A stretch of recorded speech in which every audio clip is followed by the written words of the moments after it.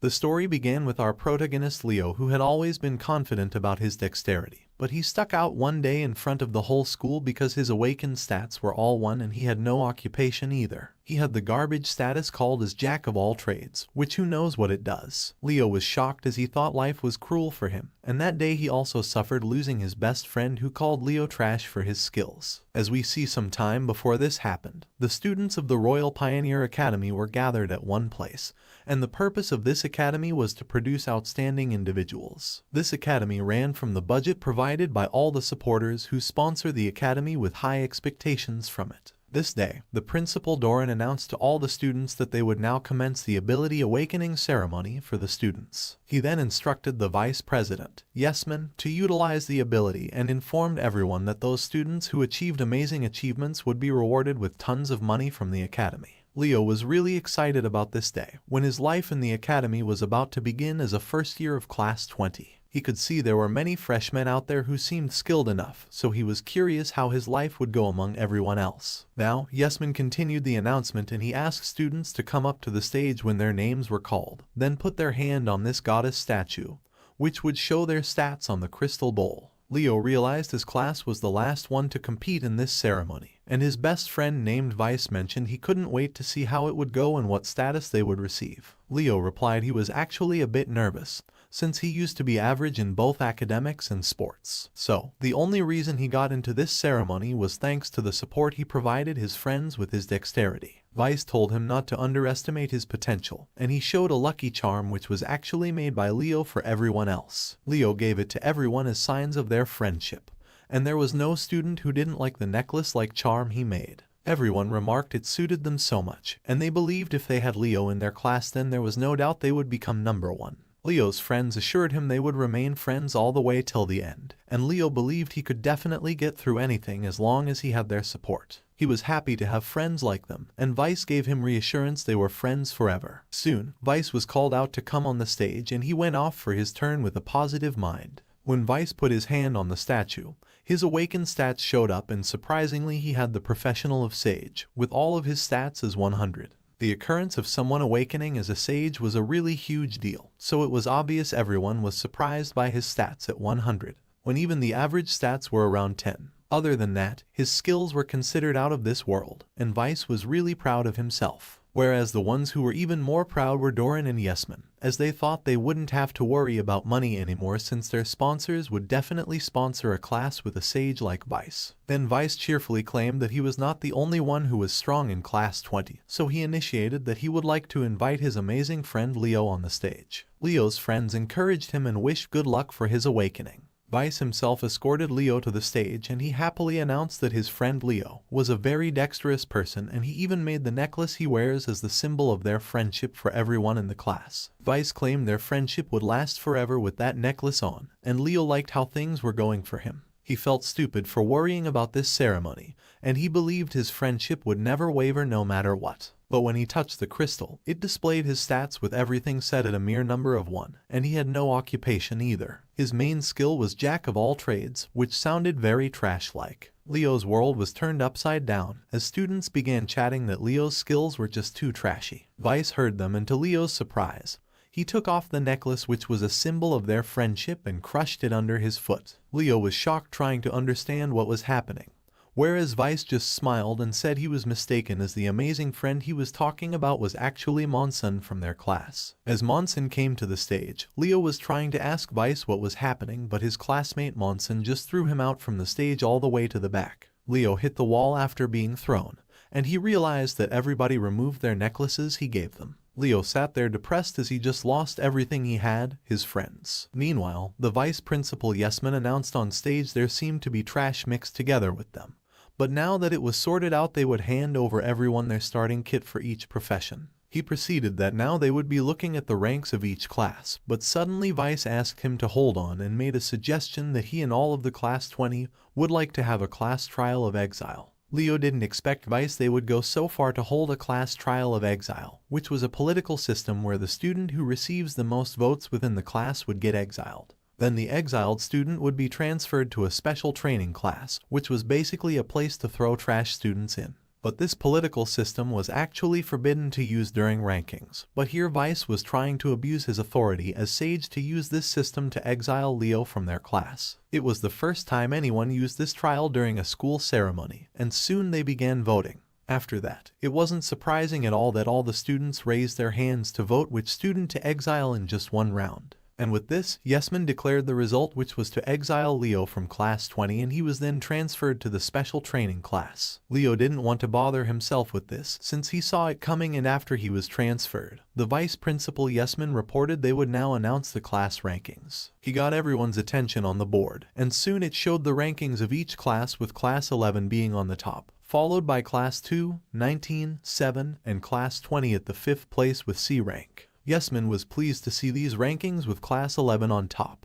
and the class 2 on second, which had the goddess reincarnation Miss Manaka. Vice wasn't that pleased to see they were in 5th place, and he felt disgusted to be in this class which had many people with low-level abilities. Then Vice Principal Yesman mentioned he had one more announcement related to Miss Manaka, that in honor of the holy debut of Manaka, the prominent saint family had announced that the first student to receive Manaka's first ever healing was going to get a reward of 10 million yen. This reward of 10 million yen was a really large sum of money in students' eyes, and they figured it would create a huge difference in the earnings of their classes as compared to others if they managed to get this reward. Vice believes this reward was definitely meant for him, since he was the sage, so he was destined to get both this reward and the best woman Manaka for himself. Meanwhile, Leo wasn't feeling anything, and this reward of 10 million didn't matter to him. Then he got called out by a young girl, and when he asked her who she was, she asked him back if he remembered her. She introduced herself as Manaka while mentioning they used to be in the same class in elementary school. Leo remembered her from back then as that crybaby Manaka he used to know. She corrected that she was no longer a crybaby, and Leo could see she grew up to be a great person. He was glad to see that even though they didn't go to the same middle school, somehow they were now in the same high school. Manaka was very happy, and she asked him to look after her. It was then Manaka noticed his cheek was injured a little bit, and Leo told her it was nothing to worry about. He reminded her how he always had injuries like this, and Manaka couldn't forget those days he used to protect her all the time while playing together. So, she wanted to treat his injury, and while she felt nervous, Manaka asked him to stay still while she would heal him right away. Manaka touched his injury and focused on her healing magic, which instantly recovered Leo's cheek, which was really amazing from his point of view. Manaka was glad to be of help, and she asked him how her first healing. Leo gladly repeated so it was her first healing,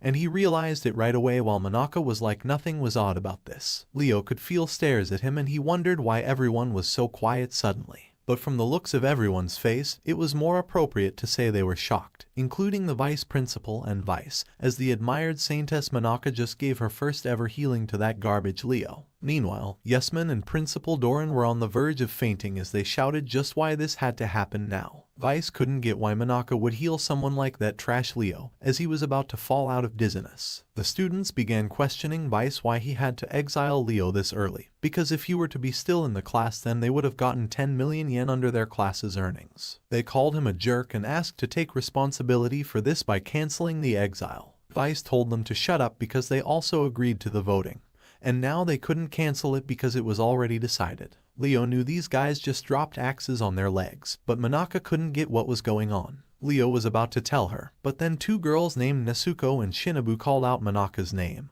and told her that a saint's first being was very important, as it was said to contain blessings, and yet she just gave it to that horse bone-looking person so carelessly. Leo felt that emotional damage, while Shinobu agreed with what Nezuko said, and she mentioned there were people who would happily give away treasures to receive Manaka's first blessing. Manaka heard their reasoning, and Shinobu also commented it was absurd for a flavorless horse bone to get that first healing. Manaka stood up for him, saying he wasn't a horse bone, but to her he was an important person. Nezuko closed her mouth before she said anything else, and stated she should not do such things on her own anymore like this, and requested her to be careful in the future. The principal Doran and Yesman were still frozen from that big shock. Then Yesman quickly got back to his senses, and he told everyone to calm down because this reward was just an example, which meant there would be more rewards on the way in future. Now, he made an important announcement that from now on everyone's daily lives will be broadcasted in the academy, so they should behave in a dignified manner. That was all for now from Yesman. Then Doran came and said he had one more thing to say.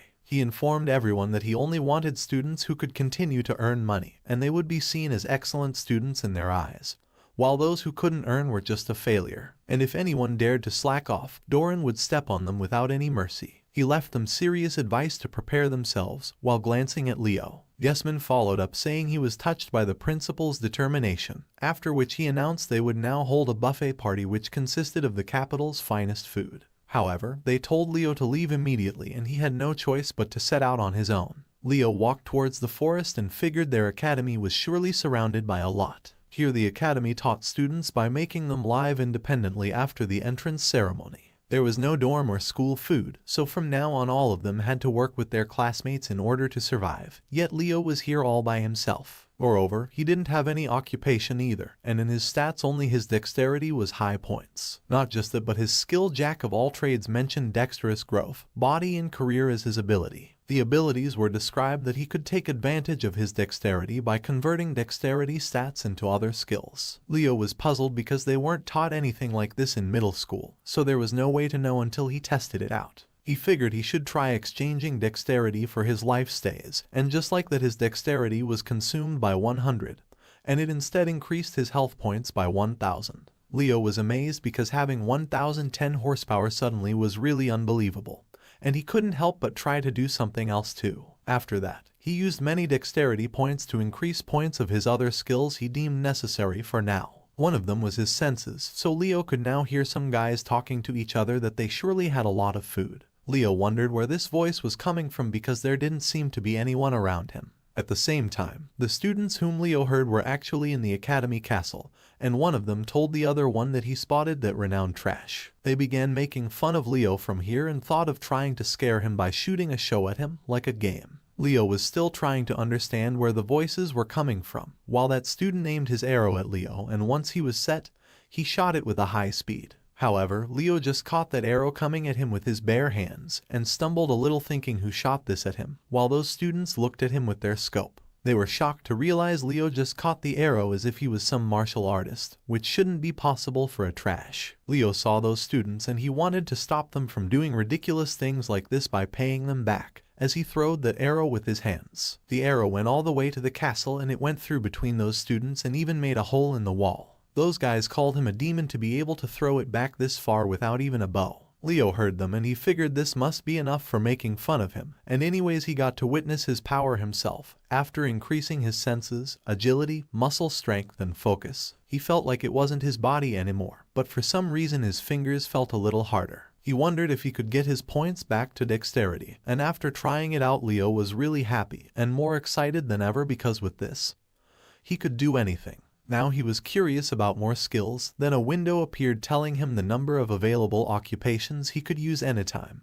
Among lumberjack, ranger, and axe battler, Leo thought about which one he should start. Meanwhile, the students were now to be released into the open grounds connected with forests. They were now supposed to build a village by themselves, and decided to begin by finding some materials. They also needed to build a house before the night time, if they didn't want to sleep on the ground. The males with lumberjack skills went to the forest to gather some wood, and seeing them brought to Leo's attention as well that he also needed to gather some wood. Leo decided to start with changing his occupation to ranger, which would allow him to have knowledge to survive even in dire circumstances. Leo realized that just choosing a skill would allow him to do all things related to it, as he could see the influx of ranger's knowledge into him. Now he wanted to first build a weapon, like a knife and an axe. Leo went searching for a strong rock with his ranger skills, which was also sharp enough to crack things open. Once he found the perfect rock in size and strength, he was about to shape it, but then some students saw him. They mocked Leo, saying the garbage was looking for a stone, as if he lost his mind or something.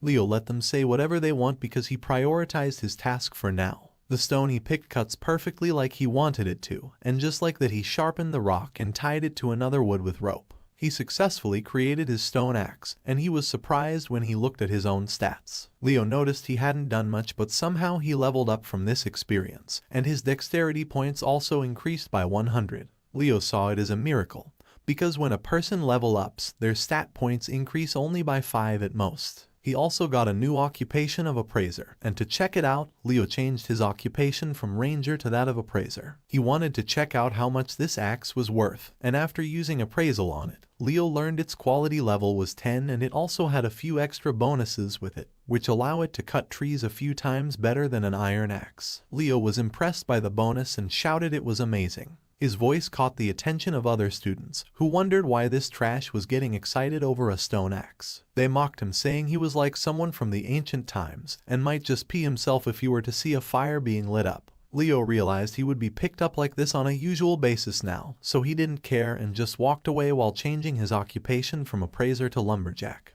Now, he was prepared to use his stone axe and other students were interested to see him fail. However, Leo focused on the axe and his lumberjack skill allowed him to land a heavy hit to the tree. Leo began hearing sounds of cracking from the tree, and it started falling after just one hit. Leo moved to the side and the tree ended up falling near those other students. Leo was glad to have managed to cut his first tree, while others were confused how he took it down with just one swing. They knew for sure that Leo had no occupation, but Leo was working like he was some expert in lumberjack. Soon, he managed to cut the tree into planks of quality level 11, and they were easier to move for him now. Then Leo got called out by other students, and when he asked what it was, they just called him trash and ordered him to get the hell out of here while leaving those planks for them to utilize. Leo advised them to stop because currently, supporters were watching them as well. The students were annoyed and they yelled that hurting a mere bug from a special training class won't lower his reputation. Leo stated that wasn't what he meant, and to their surprise, Leo told them he just thought they wouldn't want to be embarrassed by his hands in front of supporters right after the entrance ceremony. Those guys felt humiliated and they ambushed Leo, being angry at why would a person with no occupation be so arrogant towards them.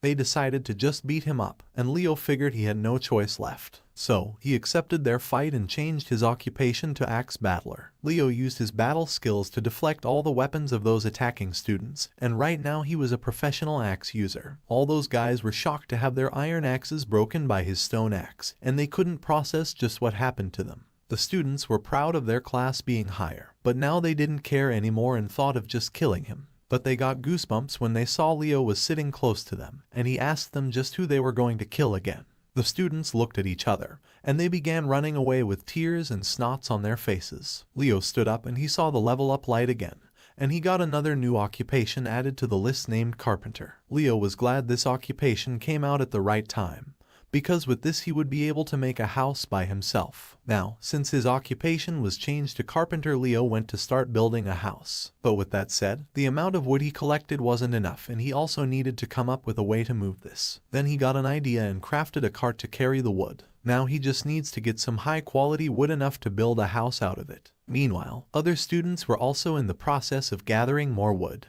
By this time, Leo came back, and since every class was provided with a designated area, he was looking for his own space. After some time, he finally found a board for his designated area, but oddly enough it seemed to be located a little inside the forest, as if the academy had the intention of keeping exiled students separated from others. Leo went to his place, and now he thought even if he had been crafting items since young, building a house was still new for him. But he had just the idea of what he should do, so he used his build skill, which was also part of his jack of all trades. It allowed him to do whatever he wanted, so Leo began with setting all the wood into their places, while making sure to cut it and fit it right where he needed them. Leo was a bit amazed that he didn't feel a single ounce of fatigue even after he built so many things that day, because he had increased his endurance to 200. After working for a few hours, Leo finally managed to successfully build his very own house by himself. It was a high-quality level house, which had bonuses from Leo's dexterity as well. Leo figured this was pretty good for his first time.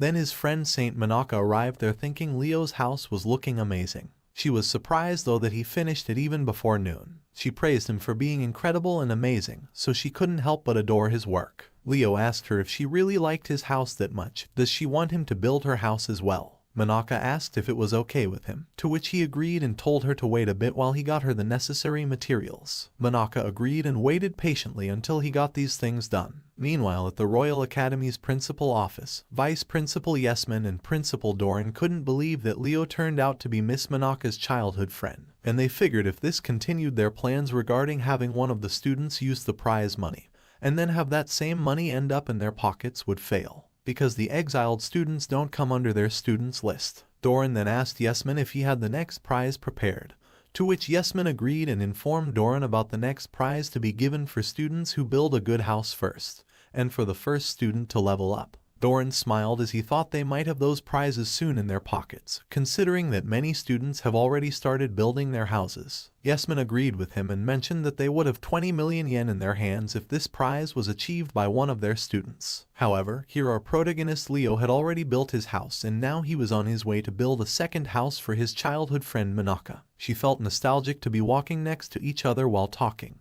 and Leo agreed with her. Then he asked her where her area was. When they reached there, Leo saw there were many students here for some reason, and it seemed that a girl from Manaka's house was giving some instructions to everyone. She announced that whoever provides affinity for Manaka's house would be appreciated as Saint's benefactor, and these girls Shinobu and Nezuko would be judging their worth as if this was a competition. The students were fired up to be able to gain Saint Manaka's favor, while Manaka was herself unaware of what was going on here. Leo told her that a building competition would be taking place for her. Manaka asked him why that was, to which Rio replied they should just let them do what they want. He thought it would be easier for him to build her house as well. Whereas the other students of the manufacturing team were all excited to do this, and they thought if Manaka took a liking to their house, their life in the academy would be smooth sailing. Leo could see their passion, but anyways he started with his own work now. Manaka wished him all the best and she kept cheering for him, while Leo appreciated that and he was grateful to have obtained some materials to build her house. Then one of the students shouted that the piece of trash Leo seemed to be wanting to take part in also,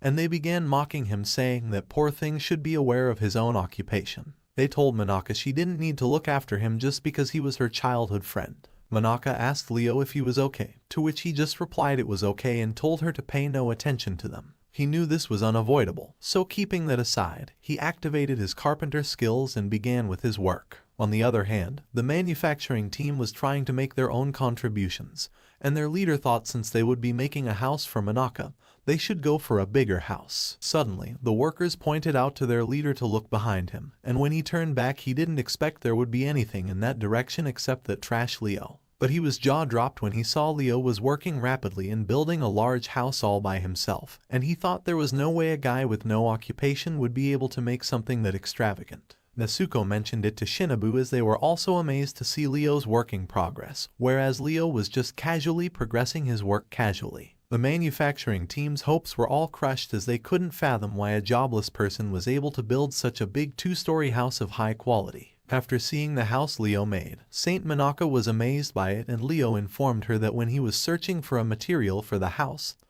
he came across kanohi, which was a high-quality wood that would be perfect for her. Manaka was so amazed by it she forgot to respond, until he interrupted her. She spoke up that this house was really beautiful and thanked Leo for building such an amazing house. She didn't expect the day where she would receive another present would be this near. Leo was glad she was satisfied with it. Then Manaka saw that he had some dirt on his face. She offered to wipe it for him, but Leo reasoned she might not come near him right now that he was smelling like sweat. Manaka told him sweat should be the pride of carpenters, and other than that she would also happily embrace his scent anyway because when they were little they always used to be around. Suddenly, she felt shy and apologized to him for being rude by coming this close to him. She went away and someone asked her what she was doing here. Then Leo saw the person he once used to know, his former best friend Vice, who was shocked by the sight of a house which was built by Leo. Vice's pride was really struck when he saw that no occupation guy could make such a house, when a sage like him just wasted time building a layout until now. Vice turned to ask just what the hell others were doing. But the site didn't look well and the manufacturing team boasted to Vice that they did what they were told.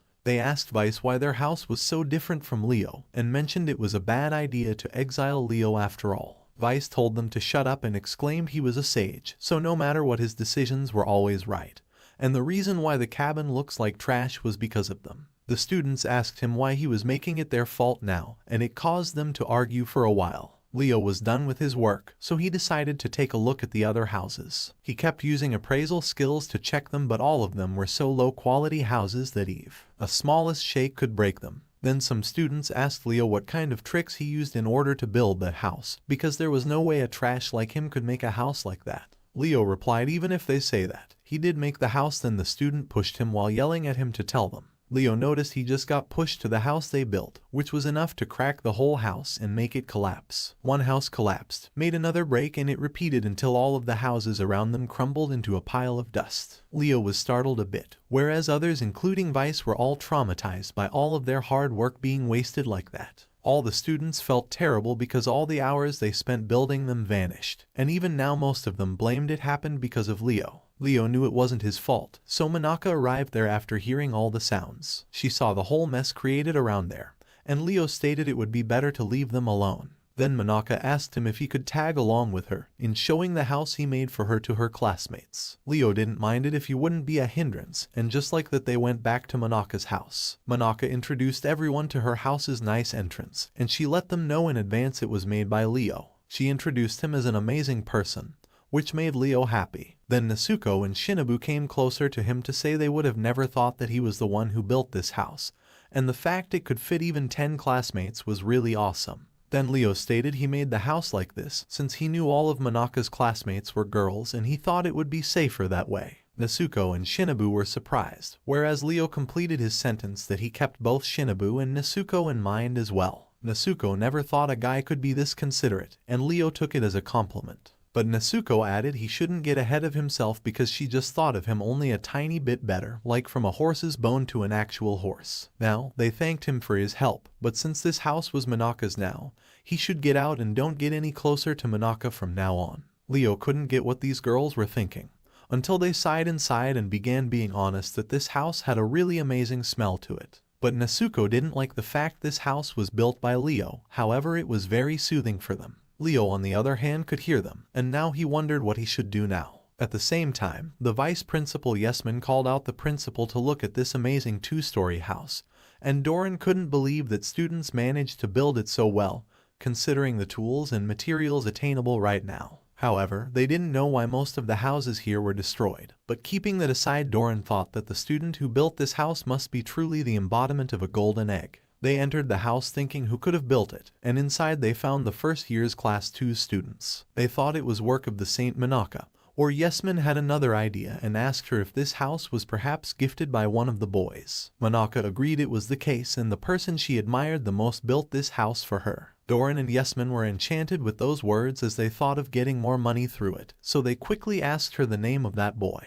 Monaka was a little startled by their desperate approach, and she answered that the person was called Leo. The moment the principal and vice principal heard his name again, they tore off their papers for the prize as they couldn't stand this anymore. Monaka asked them what was wrong, to which Yesman apologized to her and said they actually had some urgent matters to attend to, so he asked Monaka to forget everything that happened just now. Meanwhile, Doran was pissed off to think that piece of trash was persistently appearing again, and vice principal agreed it was really annoying because they thought Leo was just one of the trash in the forest. Then Doran saw a light which indicated a level up, and their eyes were hopeful again to think of the next reward. So, they quickly ran towards the light to hand out the next prize, but to their surprise, when they were going to hand out the reward to the guy who leveled up, it turned out to be Leo, who just leveled up again today. He saw Doran and Yesman, so he asked them why they were making those disappointed faces, but they couldn't speak anything, so they just shouted their frustration out and turned away to run back to their office. Leo couldn't get what those two were up to, and why did they come here in the first place. Anyways, he decided it was time to check his stats, and this time he went silent when he saw that a new occupation of ninja appeared in his occupation list. Leo was amazed by it because ninja was considered as one of the upper class occupations. After he leveled up, the occupation ninja became one of his occupations, and Leo recalled ninjas were specialized in assassinations,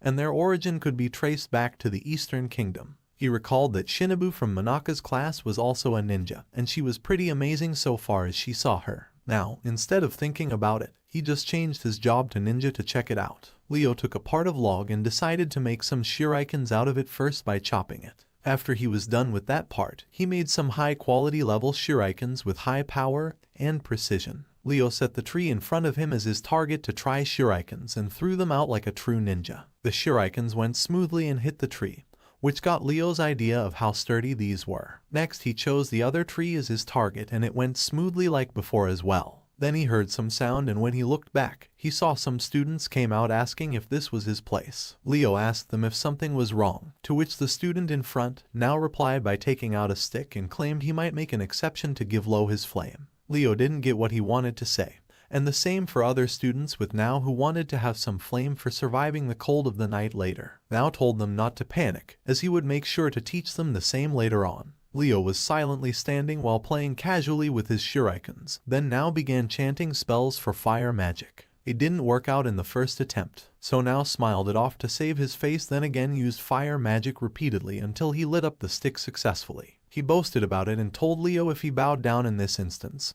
he could bless him with his knowledge as a great mage. Leo replied he didn't really need it, since he could just light one himself. Now was astounded to hear that, while Leo changed his occupation to ranger and began collecting stuff for making a fire. He did so many weird things out of understanding for now, and managed to create a fire starting kit. Now asked another student what was that, but neither of them knew about it, while now just spun the stick in the center so rapidly until it generated fire. Leo blew it a little to increase the fire strength and then put it on a bunch of leaves. He managed to form a flame right in front of those students who came here to mock him. Leo noticed they were still standing there, thinking what the hell did he just do? They were agitated and now smiled and said he would try to make flames even bigger than that, as he went close to Leo's house and throwed the burning stick into the floor. Now began laughing, and other students tried to say he might have gone a little overboard, but they thought they should discipline someone like Leo, but Leo didn't seem to be fazed by them at all. The trio kept laughing like idiots until they noticed something was strange and looked inside the window. They found that the fire had gone out, and Leo told them that his house wouldn't burn down that easily because it had a fireproof ability. Now was astounded to hear about the house that won't burn down. Now couldn't help but feel humiliated, while other students acted cheesy towards Leo, and they went to ask him if he would share a little of his flame with them. They talked sweetly to Leo and he got how they were, so he said okay to raise their hopes, but said since he was different from them, he picked up the shurikens and throwed them towards the guys who just tried to burn his house. The throwed shurikens went through the flames and they caught fire, then hit the clothes of those students. The students were scared as their clothes got the burning shurikens stuck in them, and Leo told them they could bring it back before it vanishes. The dumb students thought he was right, so they picked up some wood blocks from Leo's house. However, they got burned themselves, but the wood block didn't catch any fire, about which Leo explained that his wooden blocks were fireproof, so they were dumb to even try that. He figured this must be enough for them, so he just let them run away, while thinking those guys were good for nothing but causing trouble. Now, he realized he hadn't eaten anything since morning, so Leo went to the forest and plucked some fruits from the trees. He figured he could also preserve these fruits and got down from the tree. Leo thought it was a big upside that he wouldn't need to worry about food, since his house was in the middle of the forest. While walking around a bit more, he found some mushrooms and decided to check them first if they were poisonous. He changed his occupation to appraiser to check the mushrooms, and found out they were good enough to be eaten even raw. Leo tried out some of them and he got the idea of using the flavor of this mushroom to make something delicious. He decided to hold a mushroom party for himself today, for which he wanted to find some more ingredients now. Leo crafted a bag from the ulha leaves, and he went around the forest appraising any edible thing he found and picking those which were good to eat, while avoiding poisonous ones. Then he came across a tatsumake mushroom which looked like a poisonous one too, but it turned out to be a very high quality mushroom. Leo felt like he just hit the jackpot, so he decided to see if there were more. Soon, Leo found enough mushrooms, then he saw a bunch of other students. A girl seemed to be their class's leader named Akemi, and she asked others which mushroom they thought was edible. Then a mole-like looking guy named Shibis told her red mushrooms were poisonous. Akemi asked him if he was sure, and Shibis proudly claimed he was sure of his senses. Akemi figured if that was the case then she would take back the blue mushrooms. Then Leo arrived there and excused, and Akemi greeted him normally. Leo told her that the blue mushroom was the Herrick Dash, which was a poisonous mushroom. So, if one were to consume it they would get a painful stomach ache, whereas the red Haranabori mushroom was an edible one. Akemi listened to him, then Shibis expressed his disgust by telling Akemi that she shouldn't believe what Leo said because he was one of the worst ones. Leo told Shibis he was the bad one instead, to be trying to sense out the wild ingredients, which was a bad idea in itself. Shibis insisted that Leo was tricking her, and added that ever since middle school Leo had been like the wind to them. After listening to both of them, Akemi reached out for the red mushroom and decided to take those back with her. Shibis was upset with this choice and asked her if she was really taking up Leo's obvious lies. Akemi stated she didn't sense the lie in Leo's eyes. Hearing that, Shibai decided to take back blue ones anyway with him. Akemi didn't dislike her choice because she left it up to fate now to see if this was the right choice or not. Leo didn't expect she would really believe in him, so she ordered her classmates to gather all of the red mushrooms. After they headed out, Akemi said hello to Leo and introduced herself to him. Leo was glad to meet her and asked if she was a mage. Akemi corrected that she was actually an alchemist, and she wanted to thank him for helping out with picking the right mushrooms. Leo said it was all good, since he couldn't leave a classmate to be eating a poisonous mushroom. Akemi was impressed by his ideal nature and calmness, and she thought he really did change over the years. She mentioned that normally, someone would try rising in the ranks of their own class, all while teaching the other classes incorrect information. Leo stated he wasn't really good with ranks and all. Akemi felt happy, so she gave him 2 options to choose from, among which one was salt, or he could get the other option, which was a kiss from her. Leo straightforwardly asked her if he could have that salt, hearing that Akemi thought of him as an interesting person. She stated he was the only one who wouldn't choose the lips instead,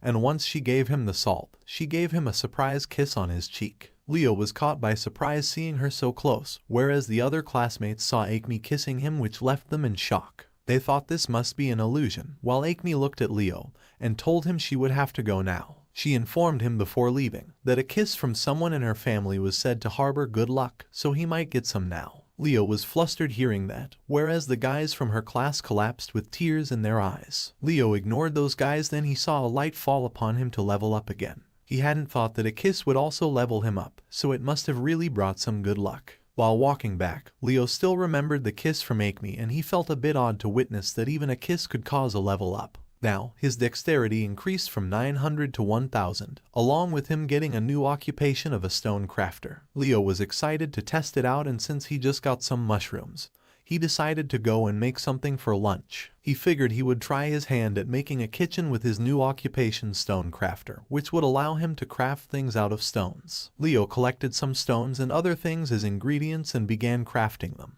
He managed to make a high-quality wood mallet, along with a chisel crafted from a forest stone. Now, he used the chisel to carve out other hard rocks, and he kept using the mallet and chisel carefully until he carved a wood-fired stove out of it.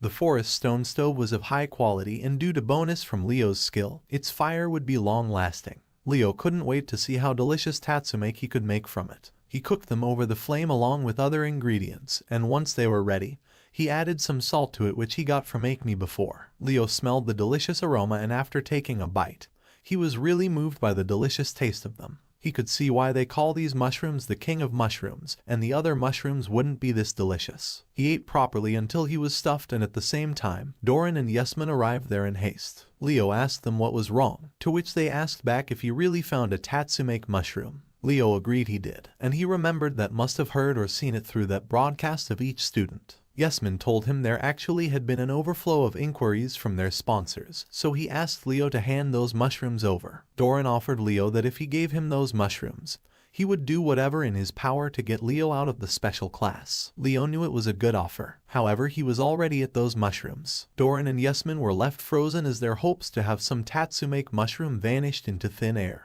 Leo felt a little pity on their crying faces to not be able to have it, after which they ran back exclaiming they wouldn't accept anything from a trash like him anyways. He wondered what was the problem with those two, and that aside he felt a little tired from eating. He decided to take a quick nap.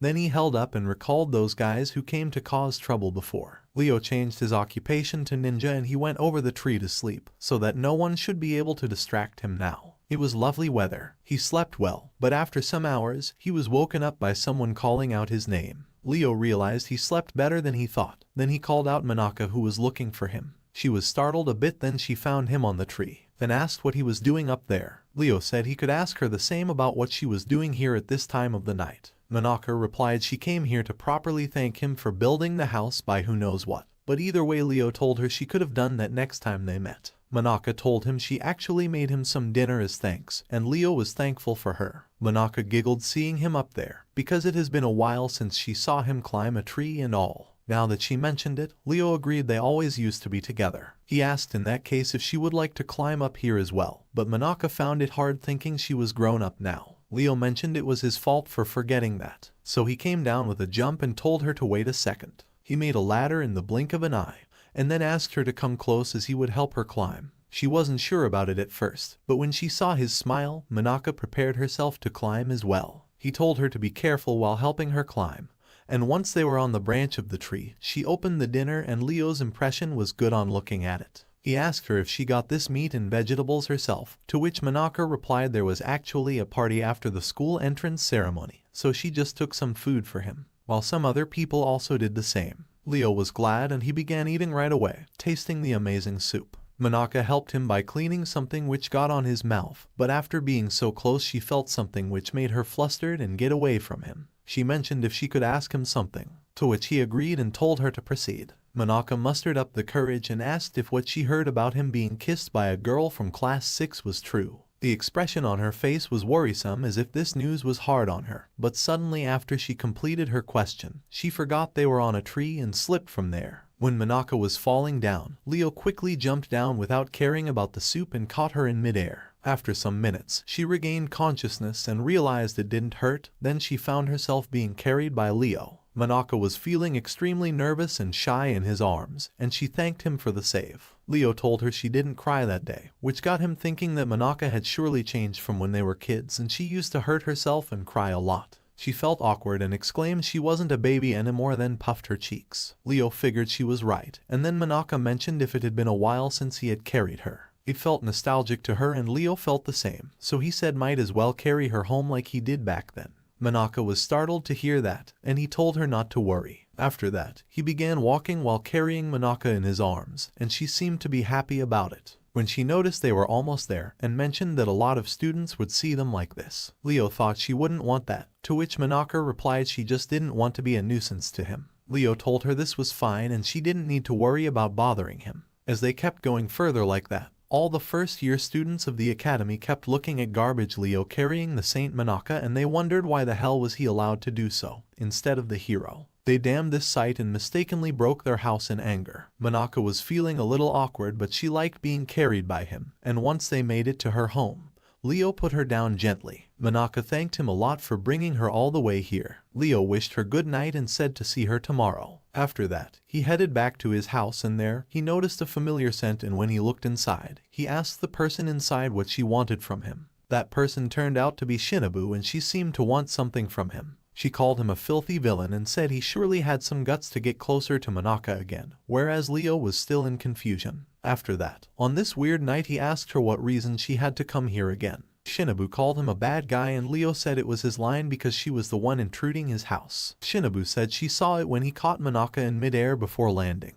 Leo didn't expect she was peeking on them, after which Shinobu got up and said that the moment she saw before was undoubtedly a ninja skill called rope throw. She had been training it as well since birth, but she hadn't been able to master it herself yet. So now she was wondering how a jobless person like Leo was able to do it. Leo stated he doesn't know, and it was just a coincidence. He was about to ask her to leave, but Shinobu interrupted and warned him to not play it dumb. Leo was surprised things were turning out unexpectedly, as Shinobu said she had a trick of her own to make him spill it out. She raised her hands, seeming to be about to catch him, then Leo asked her if she was supposed to be dancing or what. Shinobu ambushed him without warning but Leo easily dodged her. She was caught by surprise, as Leo told her it was useless for her to try fighting him, because he knew his agility stats were currently 201. Shinobu felt like he was making fun of hers, so she again tried to catch him repeatedly because she couldn't let her practiced moves go to waste. Soon, she was getting out of breath after she saw his ghost-like movements, like a ninja master. Leo had his endurance 201, so he didn't get tired at all, and that aside, he told Shinobu it would be better if she just went to bed now. Suddenly, Shinobu jumped at him with everything she got, because she would rather put her life on the line than lose here. Leo knew she wouldn't listen like this, so he just dodged her, and when she was about to fall,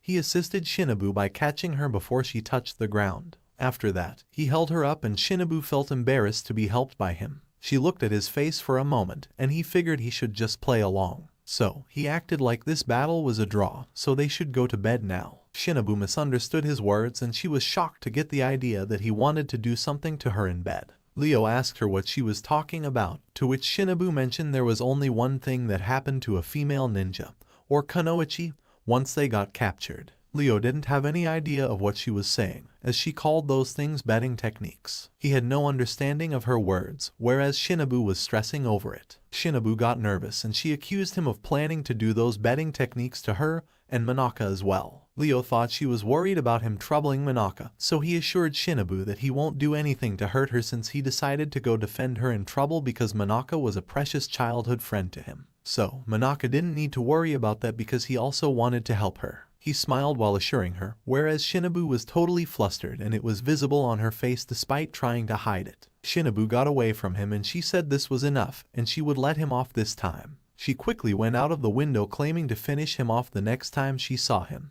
Leo sighed as one more trouble was solved. Then he saw the light of leveling up again. This time, he leveled from level 5 to 6 and kind of felt a little odd since he didn't do anything to earn it. However, with this level up he received a new occupation called the Treasure Hunter. Leo figured this would be very helpful for exploration. Then he saw that the Treasure Hunter occupation became a part of the stone crafting occupation. Now, Leo was a bit tired and he figured it was about time to sleep after this long and interesting day. He wondered what was going to happen the next day, but this time he wasn't concerned because he had his jack-of-all-trades skill. After hours passed, he opened his eyes and saw it was still dark through the window. Leo thought he should sleep more, but to his surprise he noticed something was off because he felt like he just overslept. Leo went to the window and upon a closer look, he realized he couldn't see through the window and unexpectedly, it turned out there was some dark thing which was put there to cover the window. Leo was caught by surprise as he wondered who would do something like this to him. But that aside, he realized the sun was already above and in reality he was actually late for the academy. Meanwhile in the academy, Vice Principal Yesman gathered the students at a place after their orientation ended. He praised everyone and said since it was the first day of their school, they had prepared something special for everyone. He gave a special lunch box to everyone which was prepared by their sponsors so that students could treat themselves as they like in this courtyard. At that time, Monaka was thinking where Leo was, and after the lunch boxes were given to them, Yesman was feeling happy inside to see his plan to keep Leo oversleep was successful. He was the one who went to his house at night and put the black sheet on it. Yesman was thinking that Leo must be running his heart trying to get here too late, and if their sponsors saw it they might take actions against him. He had a good feel about it and started laughing, which made other students wonder what happened to him. Yesman mentioned that Leo seemed to be absent, so in that case he would miss out on his lunch, and he'd rather eat it himself. Meanwhile, Leo was running towards the academy, and he didn't see anyone in the residential area. He was no doubt late now. Then he noticed something above the gates, as one of the flags looked odd to him than others. Leo wondered about it for a moment, until he realized it must be because of his treasure detection skill. He was amazed to be able to detect something from that far, and at first he was in a hurry. But then he decided to take the flag anyway since he was already late to the class. He changed his occupation to ninja and quickly climbed all the way to that flag. Once he got to the correct flag, he used his appraisal skill on it. Around the same time, Yesman mentioned he had an announcement to make, that they needed to decide who would be the student council president. He proceeds to tell them there won't be any election or duel, but instead a treasure hunt to decide on that. He explained to everyone that they have hidden a certain something in the school premises that was supplied by their sponsors, and if a student were to find it and hand it to Yesman, they would be declared as the student council president. Not just that, but the thing they needed to find was itself a present, a kind which they could craft as they liked and keep it as a sign of student council. This declaration caught the attention of all the students including Vice, and when a student asked what was the treasure they needed to find, Yesman informed them that the treasure was the pelt of a flying dragon. Whereas back to Leo, he was looking at the very same pelt of a dragon with his appraisal. Leo was amazed as he saw this much valuable pelt in his hands. He wondered what was something so valuable doing at a place like this. He thought there was a mistake, but anyways he decided to bring it back to ask the teacher about it later. Whereas, the Yesman repeated the announcement to make sure everyone was clear, and do their best if they wanted to become the student council president. Many of the students were excited to find it and they hurried up to start searching right away. Yesman let them know in advance that the pelt of a flying dragon has been concealed by camouflage magic, so they need to do their very best to find it within 1 week. And if they were able to find it in 1 week time, Yesman would be so happy that he might just make them equal to his spot along with being student council president. At that time, Leo arrived there while carrying the pelt and he apologized for being late. When Yesman looked at him, and his eyes fell upon the pelt of the flying dragon, he was ultimately shocked thinking why did it have to end up in Leo's hands. Whereas Leo told him that he found this outside, and when he was just about to tell him, Yesman asked himself why does Leo have the pelt of a flying dragon. Leo asked him how he knew that it was a dragon, and asked if there was a reason it was camouflaged as the school flag. Other students thought the pelt looked like some black sheet, and now that Leo found it, that means that Trash Leo was now the student council president. Yesman didn't want to let this happen, so he said he must have mistaken it, because there was no way this pelt was that treasure. Leo tried to tell him it was really the pelt, but the vice principal stated it was just some random black pelt. He called it garbage and said Leo was free to do whatever he wanted with it. Leo confirmed if he really didn't need it, and Yesman said he didn't want to repeat himself. Leo was happy that he got to take it, and even though by chance he found quite an amazing item. Then he received a good morning wish from Manaka, and she had her lunch in hand. Leo wished her back, and mentioned it was already past noon. She giggled while calling him a sleeping head, and on that note she mentioned he couldn't have got to eat yet. So, she asked if it was fine with him, she could share half of her lunch with him. Leo figured it must have been bought by sponsors, and anyway it was her lunch so he wanted her to eat properly, otherwise she might have a little trouble in afternoon classes. He told her not to worry, because he had some food balls he prepared before for himself. He ate one of them and then Manaka told him they could try a bit of each other's food. She was interested in trying some of his food, and in that case he couldn't refuse her. So, they ended up sitting together for lunch in the courtyard, and Manaka offered to spoon-feed him by hand. Leo didn't expect it, but since she was happy doing so, he ate it and liked the delicious chicken. She was glad he liked it, and then someone else came there as well. It was Akemi, who seemed to be here to try some of the food pills Leo brought, thinking that she might be able to make use of it as an alchemy ingredient. Leo didn't mind and offered one pill to her, and Akemi snapped her finger to summon her lunch. It seems the thing she was actually after was to feed Leo by her hands. Leo didn't mind it, and after he complimented it was tasty, someone else too came to feed him. It turned out to be Shinobu, and Leo didn't expect her to be like this. However, he felt like Shinobu was being a bit forceful. Then Nezuko arrived there as well. Then she asked Shinobu to hold up, and what exactly was she doing? Nezuko yelled why she was sticking with that guy as well, when she just asked her to bring Manaka back. Shinobu replied that she told him that their next meeting would be the last, so she was merely feeding him his last meal. Leo figured it would be better to not say anything, and thus all three girls kept feeding him with their share of lunches. Meanwhile, all the other students looked over to Leo with envy. Nezuko gave up trying to get Manaka and Shinobu back, and the three girls offered food to Leo at the same time. Akemi, Manaka, and Shinobu asked him to open his mouth and eat until he was satisfied.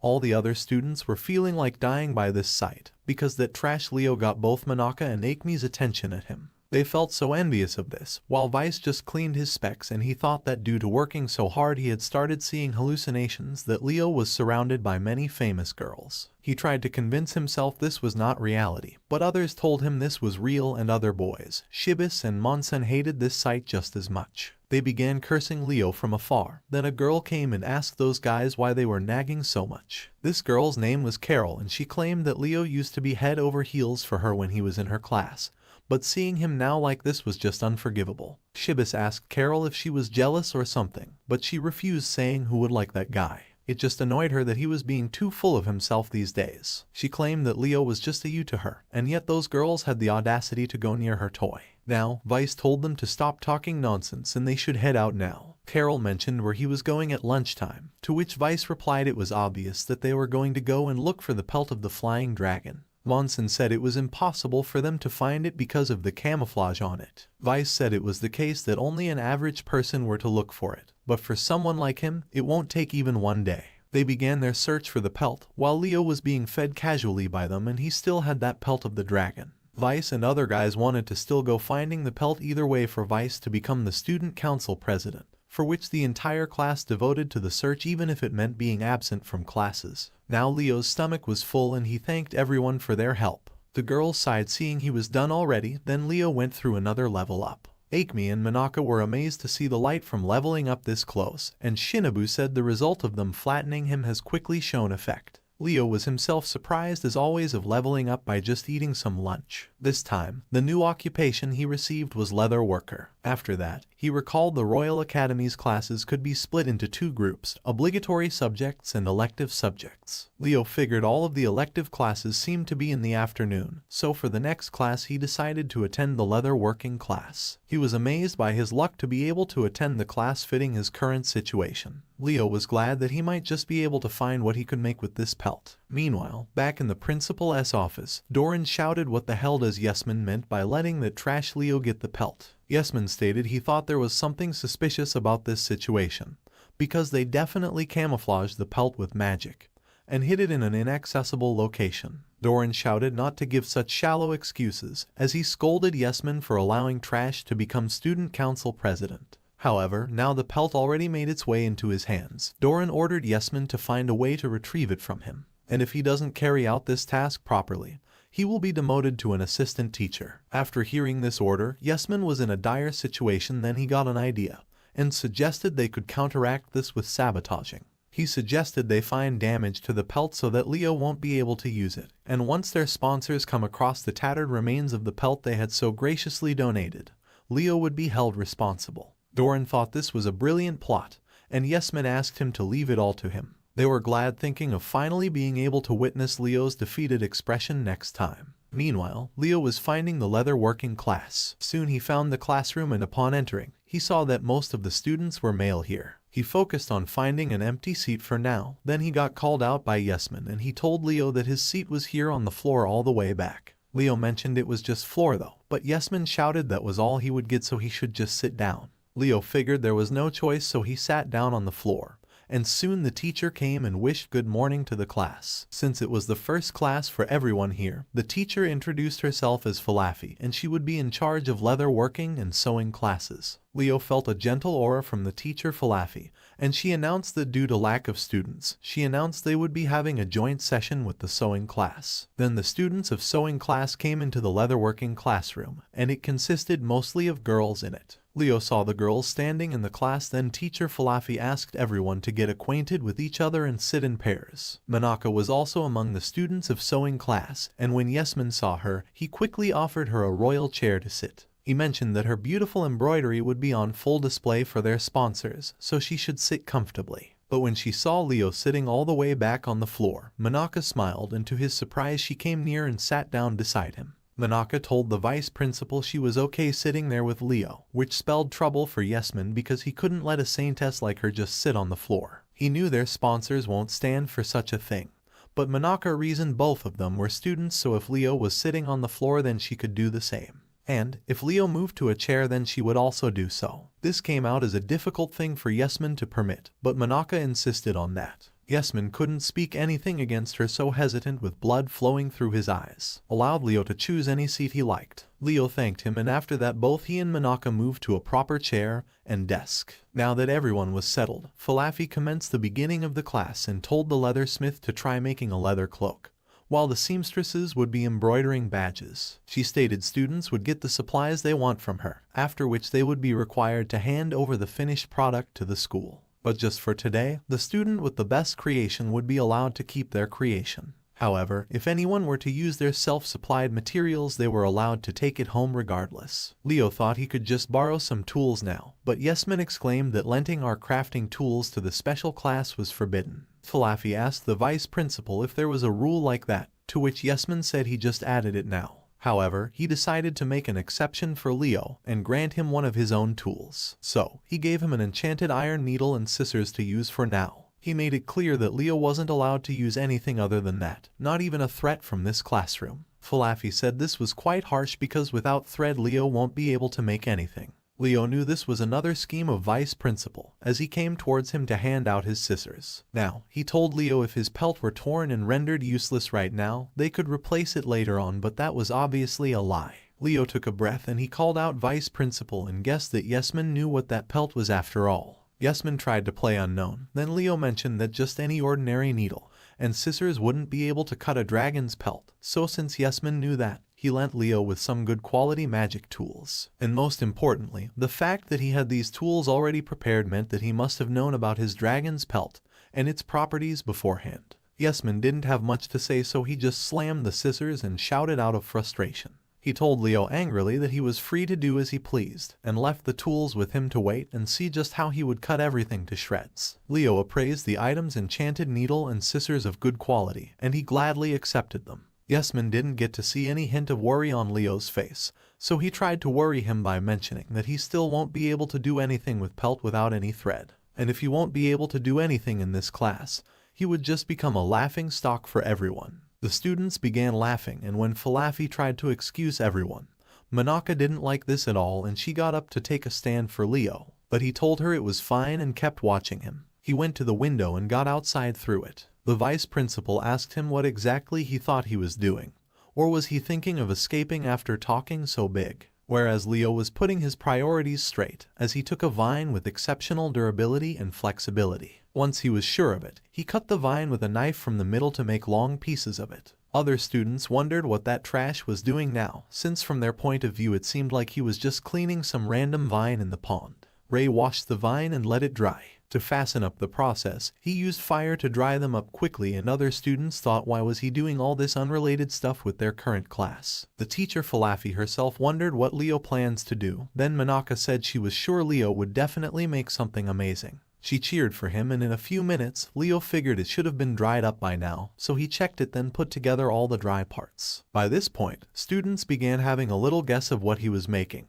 And soon Leo finished making the threads he needed himself, which was of higher quality than even the class ones. Everyone was left amazed, as they didn't expect he could seriously make a thread that soon. Manaka praised for Leo's amazing work, and soon he came back into class. Teacher Falafi didn't think there was a student like Leo who could make thread from scratch, while Yesman was pissed off, and he told Leo that his thread looked so weak that it would break easily. Leo said they had no way of knowing without using it. He went to his desk and inserted thread into the needle. Now, Ray figured it was about time he should try out his new skill, leatherwork, and he instantly began making something out of the dragon's pelt. The way he was cutting looked totally amazing to the other students, and he was also sewing like a wizard. Manaka was impressed, and the vice principal was shocked for his life after seeing Leo's skills. Whereas, Falafi couldn't help but get excited over him adding a collar and even pockets to the coat, as if Leo was an experienced leather worker. Soon, Leo was done making the coat out of the high-quality pelt. His leather coat was finally completed, and the whole class couldn't help but look at his amazing work. The teacher Falafi fell with excitement, as she knew the glow coming from that cost wasn't normal, but of a high-quality item. Leo knew what she was thinking, because he appraised his coat and its quality level turned out to be 96, while having superb qualities like heat and cold resistance, space storage enough to hold 10 times the capacity of a normal pocket, and weight reduction of the items placed in this coat's pockets. Vice Principal was left speechless, because all his plans to sabotage Leo got wasted. Meanwhile, high-quality items were those which had rare effects, and Leo's coat was definitely one of those rare products. Falafi was amazed and nervous as she went and checked out his leather coat. She didn't expect a student who would be able to create magic items to appear in her very first class, which made her emotional. She informed Leo that a high-quality item was said to be something that might happen once in a decade, even for professional leather craftsmen. And the fact Leo made it this easily, he was surely a genius in her eyes now. Manaka was happy Leo was called a genius, because she also thought the same. Other students didn't expect Leo to be something like that, and Vice Principal Yesman couldn't just keep standing there. So, he took his scissors and said it was a big mistake by everyone, because the reason why that coat became a high-quality item was because he let Leo borrow his needle and scissors. He claimed in front of everyone that these items were passed down in his family, and they were called divine needles and scissors. Falafi was amazed to think these were divine-level items, and if he was right, that means these items were school's property. Yesman stated these were his personal belongings, and now that he was a busy guy, he would excuse himself now. Leo didn't understand what that guy was always up to, but aside from that, other students' perspective for Leo changed again, as they thought it was because of those divine items he managed to produce that leather coat. They went back to their desks, and Manaka mentioned she couldn't believe Leo really brought a high-quality item into effect. Leo was glad to hear some compliment. Then Manaka said she also wanted to be a great craftsman like Leo, which was why she requested Leo if he could teach her how to use a needle. Leo figured it was fine, so he agreed and said they should try it together. After that, they sat down together, and Leo began giving instructions to Manaka. He told her not to risk it and explained how to precisely use the needle patiently. Manaka kept trying to make a badge under his supervision, and whenever she was wrong in something, he would get her to fix it. He told her if she wanted to give what she was making for someone, she should imagine them smiling happily, because that way, it would naturally become the best she could make. Manaka liked those words of imagining that person's smiling face,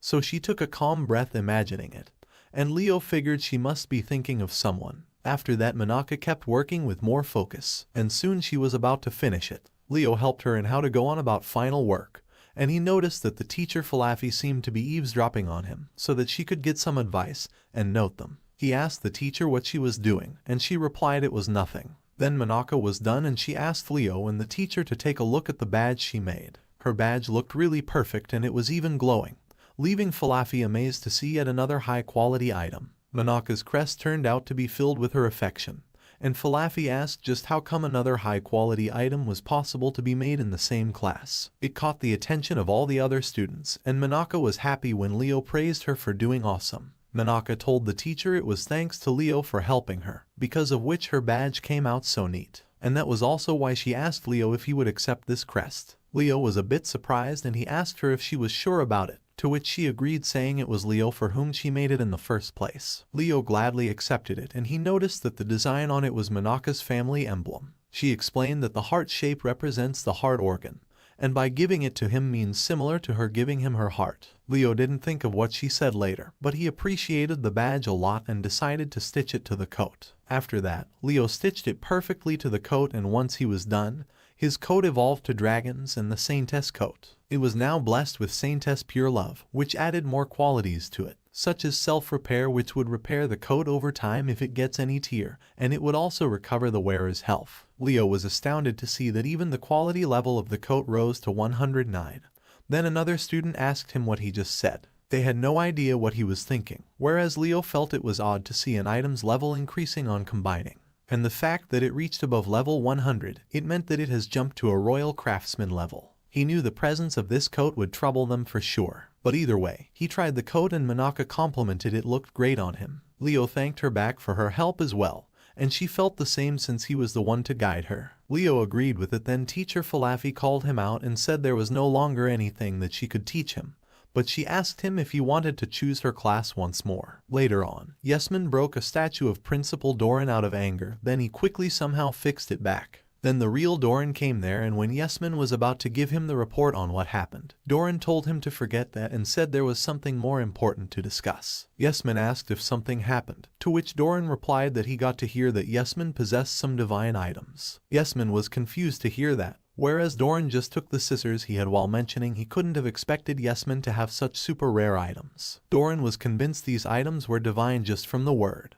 But when Yesman tried to tell him that wasn't the case, Doran just kept on what he thought and said he would send these items for an inquiry to the Royal Museum. He thought if these items get on display there, it would raise their school's ranks much higher. Yesman was in shock as Doran wasn't hearing him out, and when Yesman interrupted, Doran asked him if he really wasn't willing to lend these out to the Royal Museum. However, Doran didn't care to listen to his reply and went away taking the scissors anyway. Yesman knew he would be done for after the investigation, and he gritted his teeth while blaming it all on Leo. Now that it had come to this, he figured that he would take thorough steps now. Then the physical education instructor Nick came and asked if something happened, as he seemed to be in a bad mood. Yesman saw Nick and he smiled, thinking of his next plan. He remembered the next class was Nick's, so he asked Nick what was his plan for today's class. Nick stated since it was their first day, he was planning to make students run around the forest as an orientation. Yesman told him he should be more focused on bare-hand fistfights, because Yesman actually wanted him to discipline a delinquent student named Leo and teach him how to behave. Meanwhile, Leo was also heading for his next class, physical education, which was supposed to be for all the students. Yesman here told the teacher Nick that during his class he must beat that rotten Leo to pulp. Meanwhile, Leo figured since he didn't have his own tracksuit, he would just go wearing this coat and attend class. After some time, Leo reached the physical education class, and there he saw many students had already gathered in their gym clothes. He was the only one without them. Then he heard a familiar voice calling him out, which belonged to Monaka, who was there along with other girls. She mentioned he arrived pretty late but just before the class. Leo replied he was just looking around the area since he didn't need to change. She giggled and Akemi mentioned he was looking more stylish in the short time he was gone, referring to his coat. Nezuko asked Monaka if they should go and get into their class group now. Akemi said see you later and left from there as well. Meanwhile, Leo wondered where he should go since he was the only one in his class. Then he heard some guys saying how wonderful it was for their eyes to be able to see both Monaka and Akemi in gym clothes. Leo felt that gym clothes definitely had a fresh feeling to them. Then he leveled up again from level 7 to 8.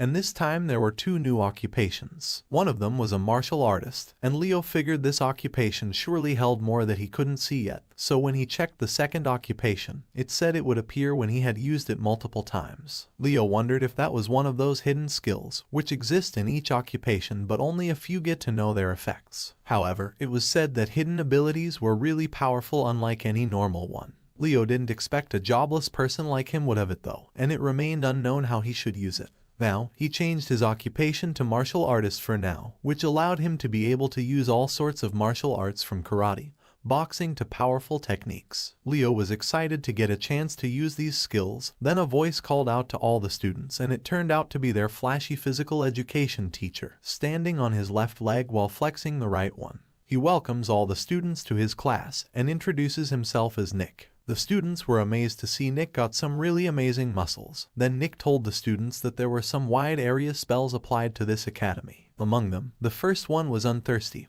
which allowed the students to survive even without water. Leo recalled that was amazing, because he just noticed he hadn't felt thirsty for a while despite all the work had done. Teacher Nick informed them this was out of the academy's consideration for newcomers like them, and the next spell was Avoidance. It was a spell that repels beasts and monsters, so that was why students haven't encountered any yet. However, he told them that the effects of these spells would decrease eventually starting tomorrow, so they must have already understood what that means for them. It means that starting tomorrow there was no telling when a monster might attack them, which was exactly why this physical education class was necessary. He announced that for now, it was only practice, so without wasting any time he advised students to learn to fight because monsters won't wait for them to level up. And that was why, today Nick declared that students would be taught to fight by sparring with each other with nothing but their bare hands. Many students had some complaints, but Nick told them that was mandatory, and for the starters he would show them an example. He walked around and then looked at Leo. However, he asked for his name by pointing at him, and despite how acted to play dumb, Leo knew this must be another scheme of the vice principal again.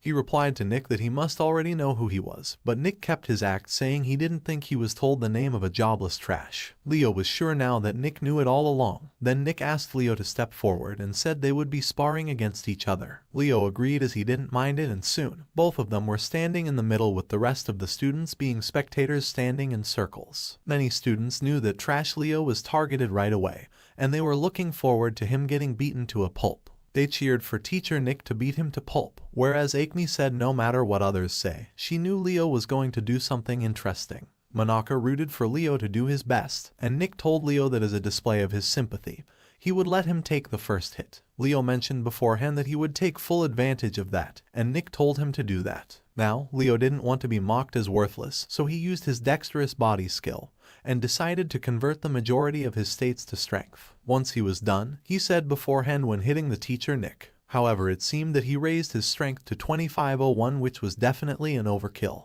Nick never felt anything more powerful than Leo's punch, which sent him flying all the way back towards the students in the back and collapsed. Nick was surprised that this sparring ended just like that, and he realized just now that he overdid it with 25-0 strength. Meanwhile, the reactions of other students were sucking, as they never thought a punch could send someone flying like that. It looked like an explosion blew Nick off, and Leo felt the same. After that, Monaka came running out of concern, and when Leo saw her, he expected a saintess surely couldn't leave any injured alone. But to his surprise, Monaka actually came for him instead while he wished her to think straight here. She asked him if it hurt anywhere. Then Leo asked back if she didn't see what happened just now. Either way, he was okay, and Monaka wondered why he asked that question before. Then Leo pointed out she should look to the Teacher Nick, and it seemed Monaka didn't even see him collapse after being hit. Monaka said that wasn't true because she was watching intently, but it was just that Monaka was worried about Leo getting hurt. Leo accepted her concerns, while the other students asked Teacher Nick to come to senses. Suddenly, Nick began moving a DNG quickly and stood back up laughing. Nick told Leo to not be so prideful, as he claimed to have limited the damage just now by using a high-level technique called floating body. So, it wasn't that Leo won just yet. The other students believed his lie,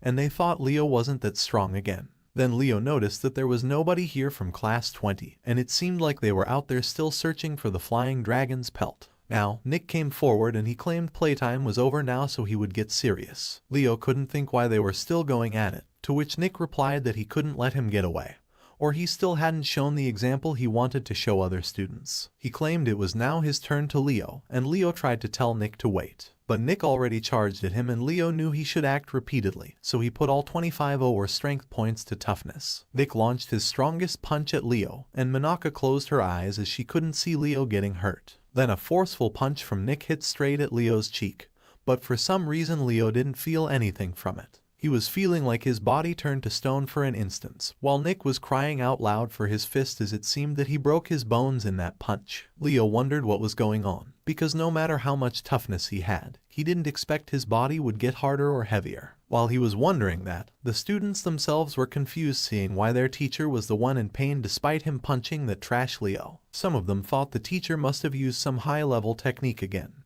But that aside, Monaka asked Leo if he was okay. She examined his body and asked repeatedly how he felt. Meanwhile, other students were amazed to see what a terrifying body Leo had, and soon the students came to try healing him. But since they were in the learning phase, they decided to take Nick to the infirmary instead. Leo realized from this that he shouldn't change his stats that much from now on. After some time, in the principal's office, the higher authority told the principal that the Board of Education determined that the scissors and needle sent to the Royal Museum were deemed fake after checking with appraisal, and he couldn't believe there were fake educators out there doing such outrageous things. Furthermore, the incident of the physical education teacher being knocked out by a student during class made the board to revise evaluations they made of them. They decided that the principal, vice principal, and physical education teacher would all have their ranks be demoted by one. And no matter how much they didn't want this, they just had to accept it. Meanwhile, Leo felt like he heard some screams coming from the castle. That aside, he figured out in physical education class earlier that he can't casually change his stats too much.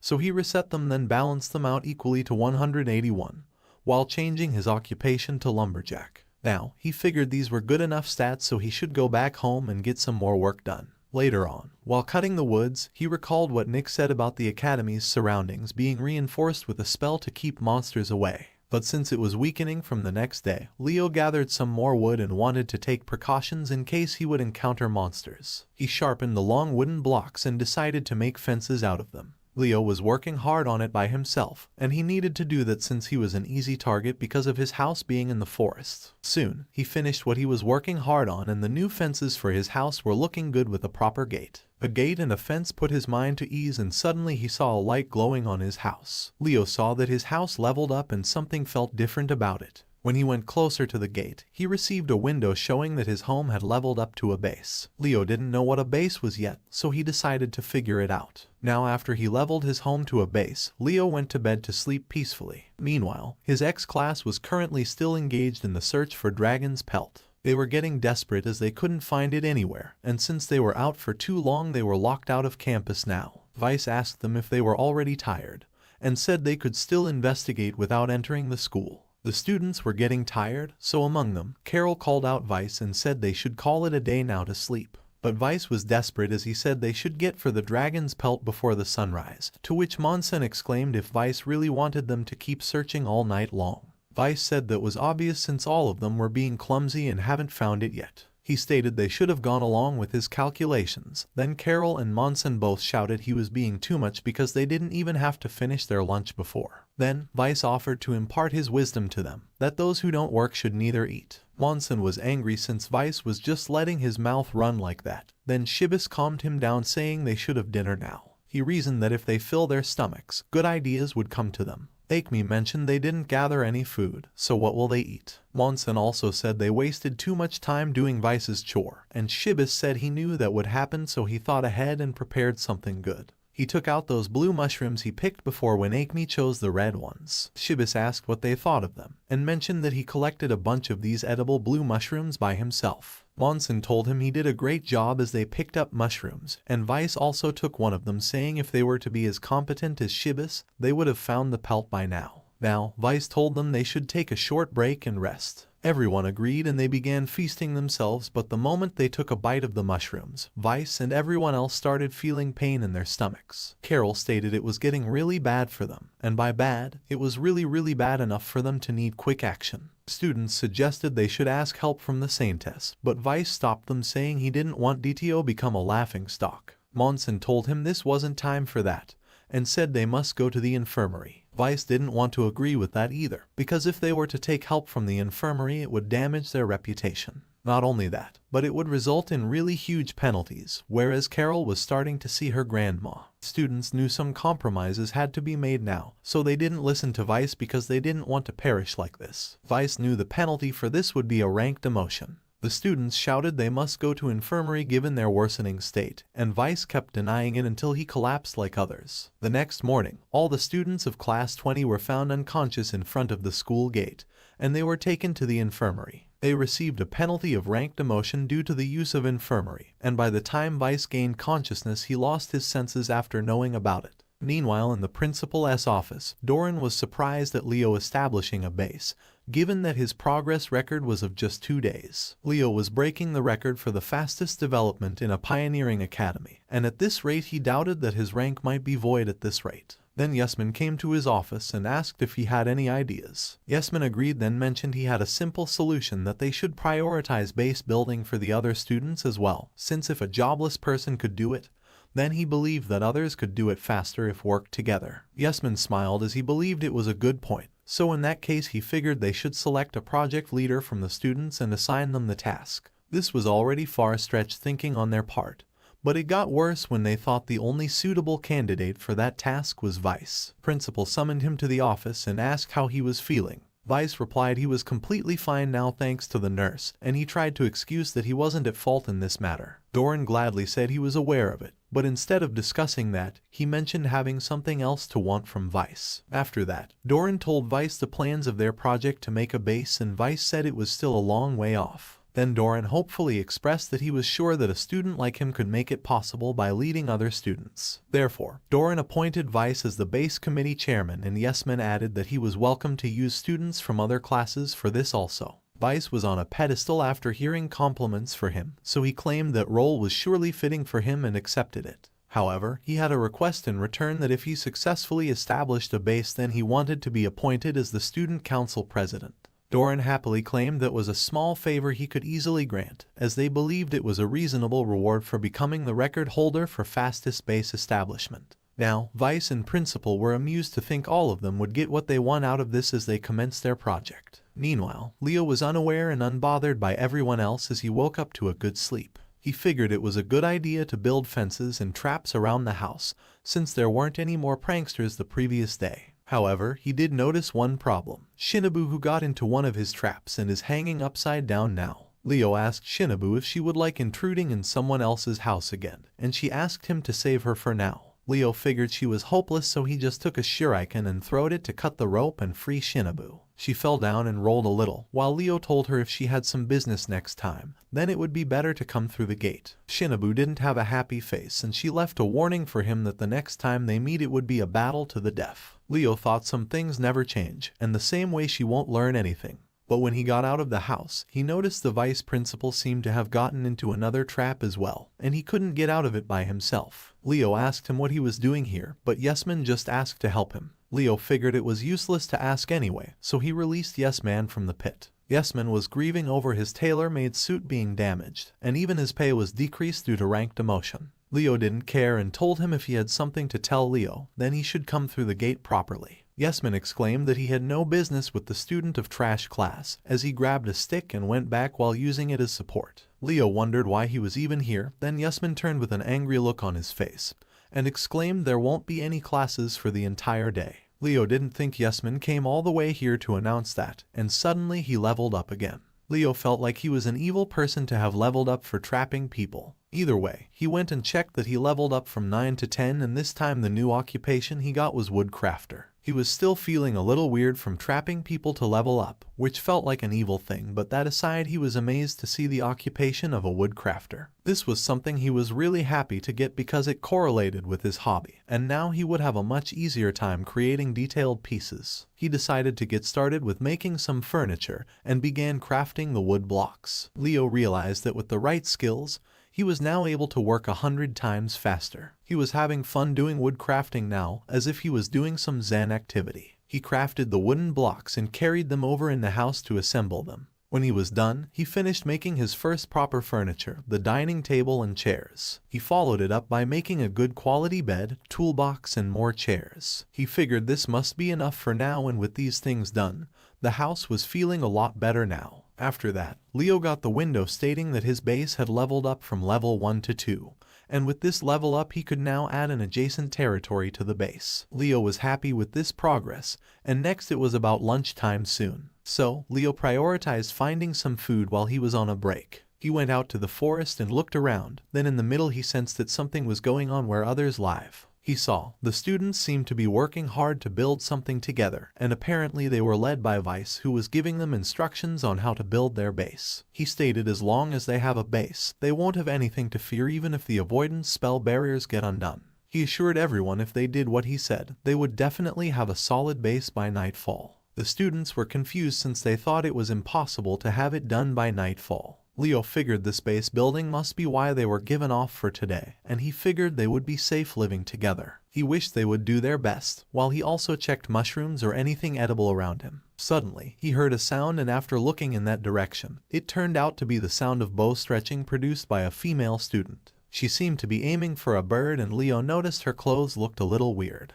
He soon remembered that outfit seemed like she was a native to the country's east side, called Kanzashi and Hakama. Then the girl shot the arrow, but she missed her mark and the bird flew away. The girl couldn't help but feel a little disappointed because that was her last arrow she just shot. She wondered how she was supposed to face others with this shame, and Leo could hear her from there. So, he stepped forward and apologized to her for interrupting like this. The girl replied not to worry because it wasn't his fault, and her inexperience was the only thing to blame here. Leo asked if she was hunting, to which she expressed her concern to bring any food to the ones building the base. However, in the end she was unable to achieve that. Leo decided something and stated he would give her something, as a way of helping her. She thanked him and said the thought was more than enough, since she was already out of arrows now. Leo crafted a thick wooden stick and he kept scratching it with a sharp rock. She asked him if he was a woodcutter, to which he replied that he was actually a jobless person. After hearing this, she thought he might not know that arrows were not only made from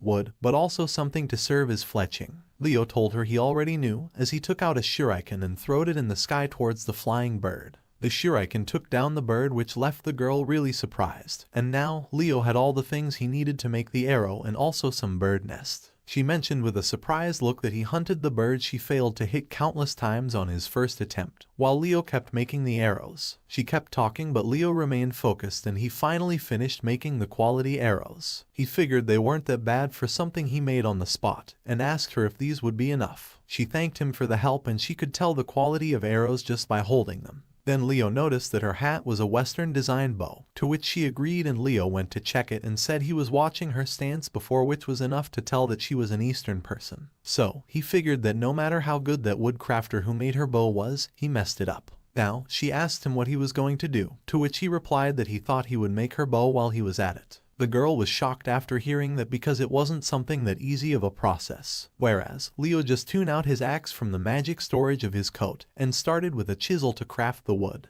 The girl Katon began to notice that the shape he was giving the bow was surely like those she used before, and Leo explained that Western bows were symmetrical, whereas the Eastern ones were not. So the fact that she was using a Western one just now with Eastern style, it was sure to make flaws. Now, in a few minutes Leo finished making her an Eastern bow of high quality, and asked her to give it a try. Katon could tell that the bow was just splendid, and even in her homeland she saw only limited bows of this quality. Leo was glad, and he told her that he focused on making it in a way that it would last for a long time. However, Katon replied she couldn't possibly accept something this valuable when they just met. Leo replied he made it since he felt like it, so it was fine. He told her to give it a try for now, and Katon was tempted to have a hand at it. She spotted a bird on another tree, and this time, she kept her composure and used the bow and arrow in harmony. Leo was watching her stance, then he told her to take deep breaths, to remain calm when hunting prey. Katon took his advice, and after focusing her eyes a bit more, she released the arrow and it went with a very high speed, then hit the bird.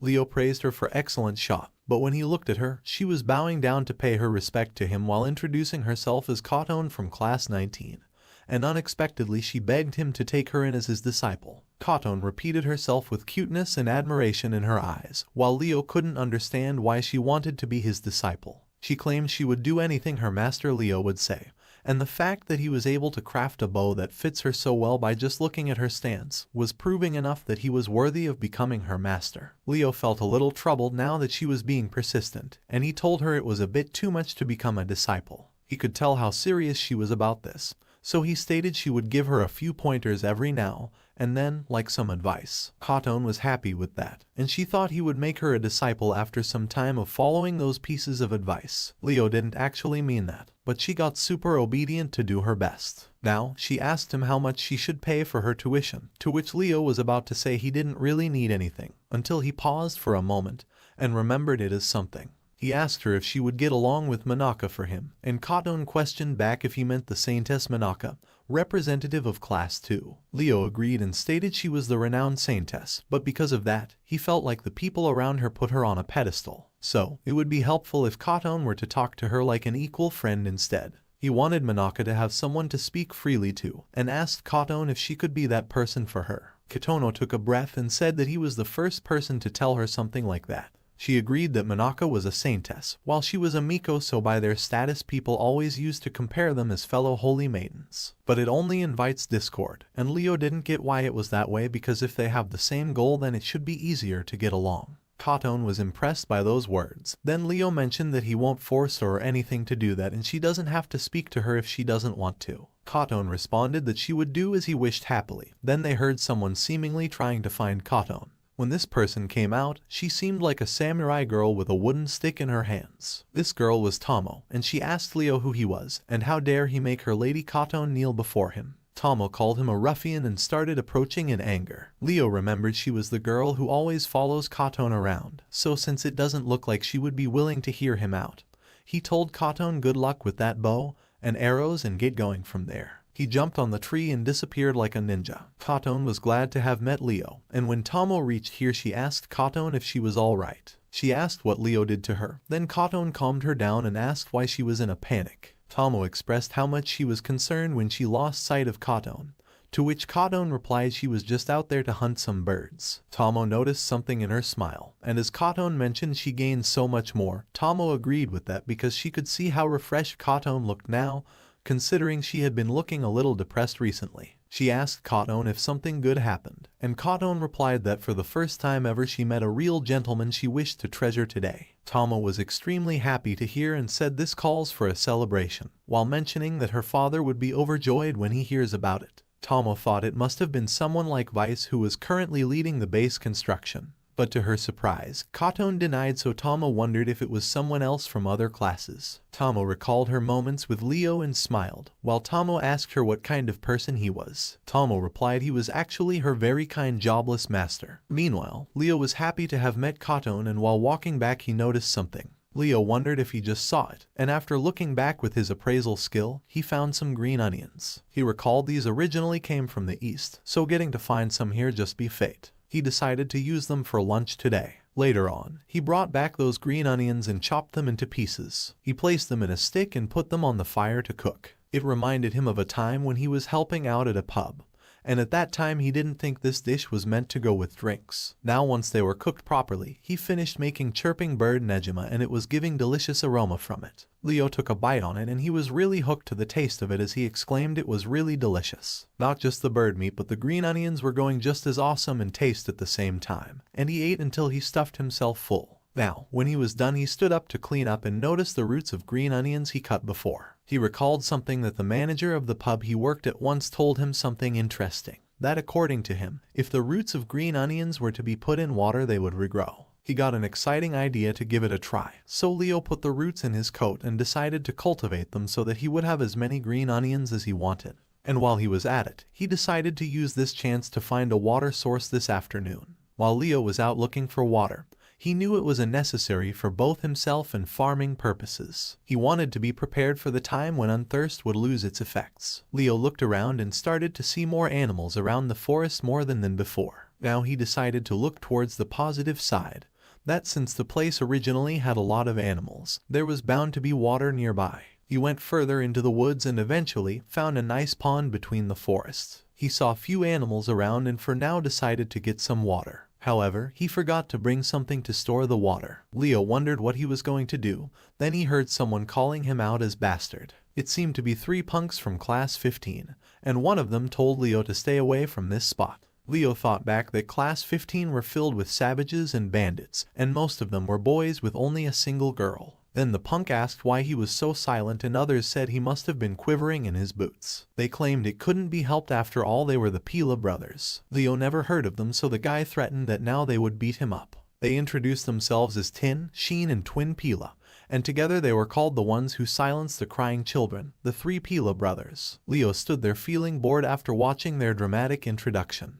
Then Tin questioned if he remembered them now. He mentioned that they were already pissed ever since Vice got put in charge, and now they were going to vent it all out on Leo. But before they could make their move on him, Leo made it clear to come at him only if they don't mind being embarrassed, and don't whine about being beaten later on. The Pila brothers got pissed off and they charged towards Leo to attack him. Leo changed his occupation to martial artist, and he closed in faster on those guys than they did. Leo just smacked them with one hit on each, which was enough to defeat them within mere seconds. Leo got back after beating them and the Pila brothers got their noses broken. Tin asked Leo what the hell he did, but Leo didn't say anything and approached them. They thought he was going to fight more, but suddenly a loud sound of an animal came from the side, and it turned out to be a wild boar. The Pila brothers were the first ones to piss off their pants and climb trees. Other animals in the area also fled because of the boar, and Leo looked at it without much anxiety. The Pila brothers thought Leo was so scared that he couldn't even move, while thinking they themselves could have taken down the boar if they wanted to,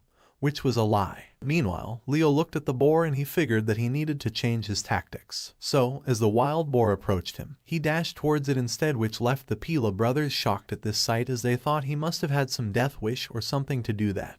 Then Leo changed his occupation from martial artist to ninja and jumped right above the boar. The Pila brothers were witnessing it all, as Leo held the horns of the boar and used its momentum against it to pull it off from ground with the same force. The Pila brothers' jaws were dropped, as Leo just casually jumped to a good height. The wild boar knew it was in danger, but Leo knew the laws of the jungle too, so he couldn't just pity the boar, and slammed it into the ground. The impact was quite loud through the forest, and the Pila brothers witnessed the real power of Leo. Leo just dealt with the wild boar by himself, and the Pila brothers got down in shock. They asked Leo if he was a monster or something, but he didn't feel the need to reply to them. The Pilas ran away because they were more scared of Leo now than they were from boar, whereas Leo was glad this tactic worked out, because there were very few chances of it working. He took the risk of using ninja skills, but thanks to them he saw that he just obtained a great haul with tons of drops from defeating that boar. He decided to use some of these to craft something right here. Leo got his hands on the stuff he wanted, and he won't have to worry about meat for now either. He decided to start with 2 other drops, which were boar's hide and its fang.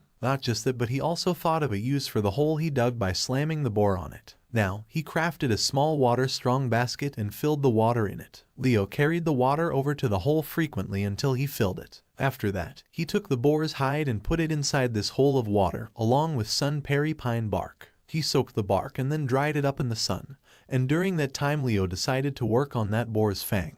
He sat down on a stone and used his stone crafting skills to shape the fang for some time, while the animals roamed around the place again now that the boar wasn't there. Soon, Leo finished crafting the boar's horn and shaped it into a sharp-edged knife of high quality. Although it wasn't perfect, Leo figured it would come in handy, and by this time, the hide also dried out in the sun, resulting in becoming good quality giant boar's leather. To carry the leather, Leo took a part of it and wrapped it around the handle of the knife. Now his proper knife was complete and he figured he would be using it from now on. He felt it was easier to use this knife for cutting than sharp stones, and now to test the sharpness he took a branch and tried cutting it with the knife. The knife was really up to its high quality level and it was easy enough to handle, which helped Leo make a needle in almost no time. Now, he figured he would be able to craft leather with his own tools. He assembled the pieces of boar's leather and after putting thread into the needle, began with his leather working occupation to stitch something out of it. It turned out that Leo intended to create water-holding bags out of it, and Leo made quite a lot of them at once. Now that he has these, he won't need to worry about carrying water. He filled all the water bags and the work of fetching water became easier for him with these water bags. He stored all those bags inside his magic coat and figured it was about time to leave. He left a happy goodbye to the animals of this place, saying he wishes to get along with them. The animals could sense his kindness, while Leo went back to his home. He arrived here by the time of evening, and even if it took some time, Leo was glad he got the water and now could start looking into growing green onions the next day. But to his surprise, the moment he stepped inside his house, He sensed a heavy feeling from a slight sound and he wondered what it was. Leo considered that must have been something like his sixth sense, and he really had a bad feeling about this. Leo got out the gate and saw a surprisingly huge wall in front of him. He wondered why such a huge wall was there at the place where others live, which reminded him about the project-based building led by Vice. Leo knew it was looking bad, so he quickly began running as fast he could to take a closer look at the wall. Meanwhile, the construction of the large wall was being conducted by the students, and when Leo arrived he saw the situation seemed to be much worse than he thought. He could see the wall lacked not just good building plan, but also a foundation to back up that height. He knew he couldn't just sit back and watch. Somewhere around the place, Vice was giving instructions to the students and he was basically saying whatever he felt like, while thinking that it was going well. Then Vice got called out by Leo, and he asked him what in the world he was doing. He asked him why he was building such a huge wall before making any houses, to which Vice said Leo was being speechless by his success. He began boasting that he was the sage, and if he put his mind to it, building something like this was as easy as brushing his teeth for him. Leo refused, saying it wasn't what he meant, and told Vice that the way he was building the wall it would be swayed by the wind and collapse, so they need to take it down before something terrible happens. Vice claimed that Leo was an idiot, so he won't know much about all this. So he explained that he was just keeping an anti-earthquake measure by allowing the wall to shake. Leo exclaimed that was just shoddy craftsmanship and Vice was currently just putting everybody's life in danger. Vice didn't believe Leo at all and claimed that he could read him like an open book. So according to him, Leo was just trying to make a ruckus and get some attention. He asked Leo if he was going to cry that the wolf came or what. Vice mocked Leo in front of everyone, whereas Leo was concerned since if this kept going on, then a disaster would definitely happen. He wondered how he could keep everyone safe. Then Vice asked if he was right when he mocked Leo. Leo wanted to punch this idiot, but this wasn't the time for that, because he needed to at least save Manaka and others. Meanwhile, around the same time, Katon and Manaka were talking to each other about Leo, and Manaka just told her how Leo became her teacher in the leather working class. Katon didn't think Leo was skilled at something like that also, and thinking of house, then her bow, she felt like he could make anything. Manaka mentioned how it was somehow reassuring to have somebody to talk about Leo with. Then to their surprise, the person talking to Leo called them out and they saw that he was carrying a cart with a lot of wooden logs. Leo said he had been looking for her. Then Manaka asked him how Katon became his disciple. She expressed her interest in becoming his disciple as well, and Leo asked her what she was saying. Katon stated to Manaka it was fine as it was, because according to the story of leather class she told Katon about, Katon could see that Manaka received his guidance before her, and so she believed that Manaka was like her older sister, and in other words, she was his number one and Katon was number two. When Manaka heard that, she got flustered to hear that she was Leo's number one. Then Leo remembered this wasn't the time to just stand and chat. He told them that he was going to make a fence around this house because he was concerned about the wall that Vice made. He told them that it was going to fall over, and if it collapsed it would be a disaster, especially if it collapsed towards the houses. But he somehow put up a fence around this house. He might be able to at least keep the damage to this area. Leo was working hard on the fences and Manaka and Katon were standing there watching him work. Then they asked Leo if they could do anything to help him, to which he told her to leave this work to him and he wanted them to get the other students and evacuate them to inside the fence. They agreed to do that. Then Katon mentioned if getting far away or inside the school won't be safer. Leo stated it would be too dangerous to have too many people running close to the wall, and either way the school was also closed right now. They understood him and Leo declared he wanted to make this house their ark. He kept the building process as fast as he could, whereas Manaka and Katon went to the construction site. They told everyone to listen to them and said that Leo told her the wall would collapse, so it was dangerous here and they should evacuate to her house quickly. Katon also announced the same, and when students heard that the wall was going to fall, some of them thought it was important since Manaka was yelling it.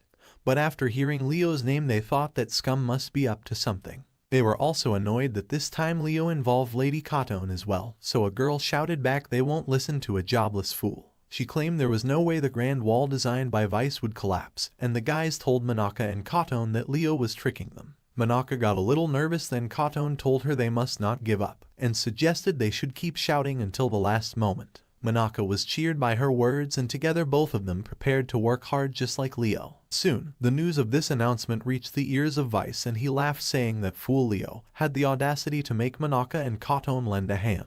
He stated that was why a jobless trash like him couldn't think straight. They kept laughing while counting their wall construction. Whereas back at the house of Manaka there seemed to be a course of students. Manaka and Katon told him these were all the people they could manage to get here. These students were from Class 2 of Manaka, Class 19 of Katon, and Class 6 of Akemi. They apologized for not getting more students, to which Leo assured them they did their best so it wasn't their fault.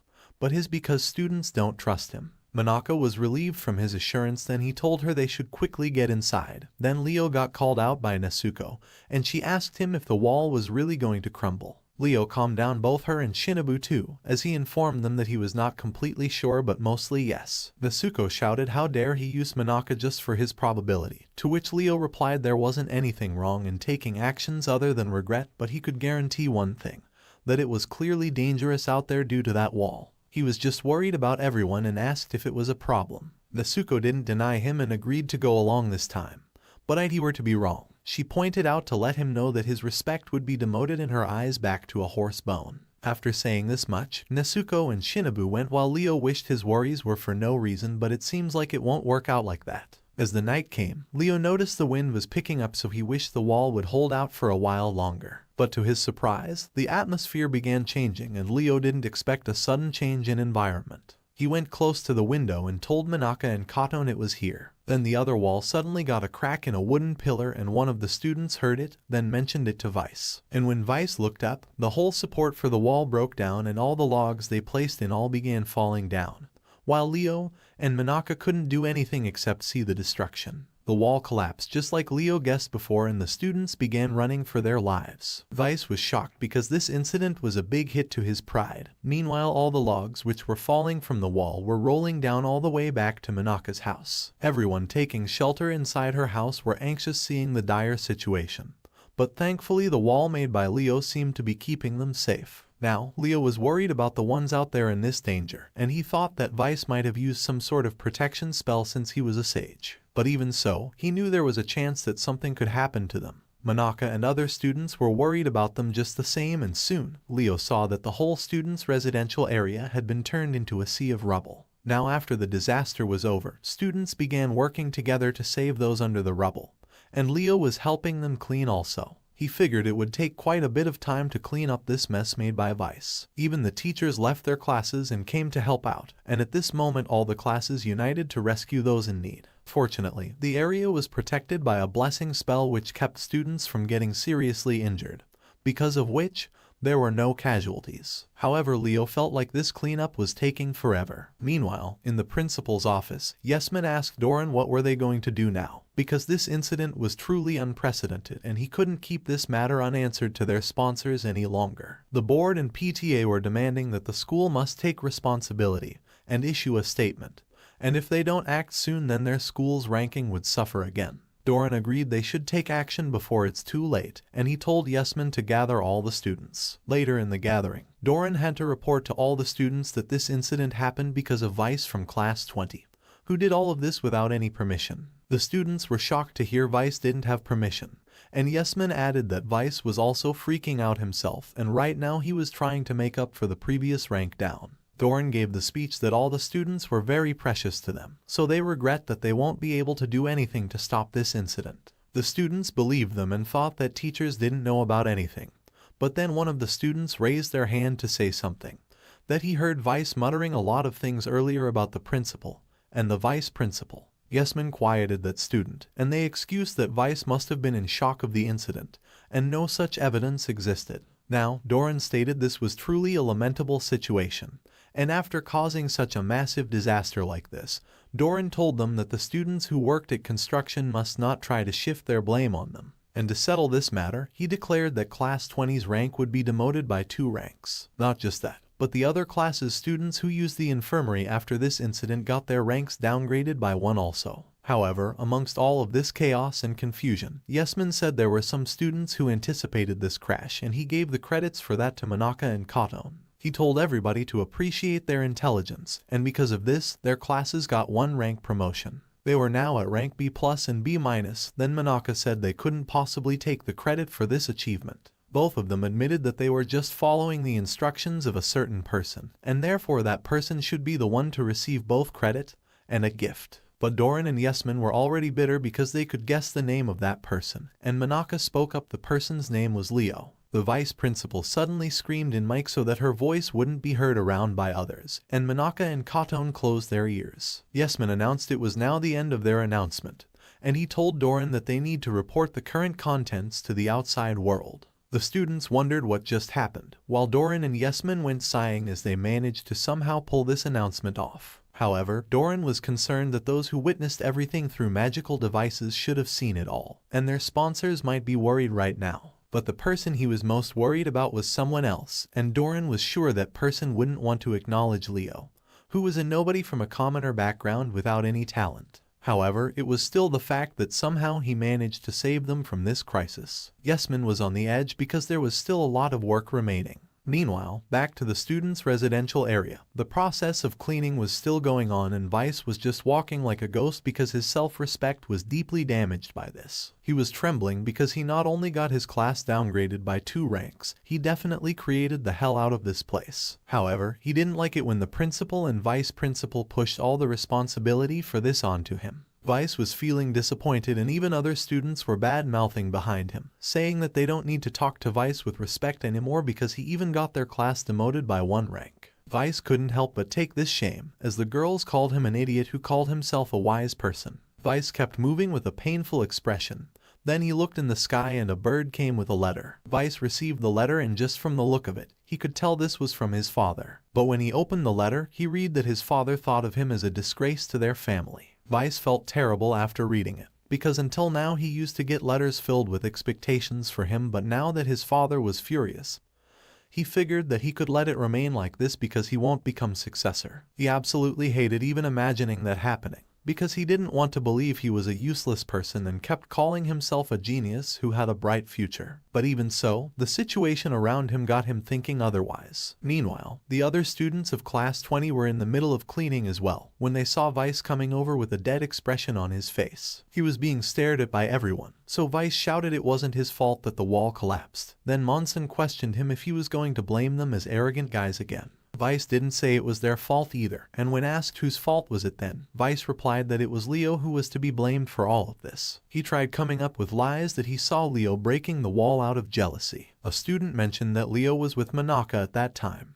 but Vice insisted that he was right as he claimed to have seen Leo breaking a part of the wall with his hands. Some students and Monson even believed Vice's words and they felt like wanting to knock Leo next time. Vice tried to play it cool now that some students believed him, and he stated that a mere fistfight won't cut it while dealing with foolish Leo, so they should make Leo feel the same way they did. Monson asked if he had any ideas, to which Vice replied that he had a brilliant idea. He called out Carol and said it was her turn to shine now. He stated that he and Carol would go and blast a fireball into Leo's house, hearing which Monson and Shibis were all for it to make Leo suffer. They praised Vice as their boss and Monson said they should do it right now. He also expressed his feeling of beating Leo so badly that he won't be able to stand up anymore. Meanwhile, Carol didn't seem to like all of this, and when they asked her what was up with her sulky face and said she should also use this chance to take out her grudge on Leo, then Carol replied it won't happen because it wasn't her style to do things like this, and she believed that Leo wasn't the kind to go around breaking other people's things. Vice was pissed off by this statement. Now that she refused to do what Vice said, Vice asked her what she meant by that.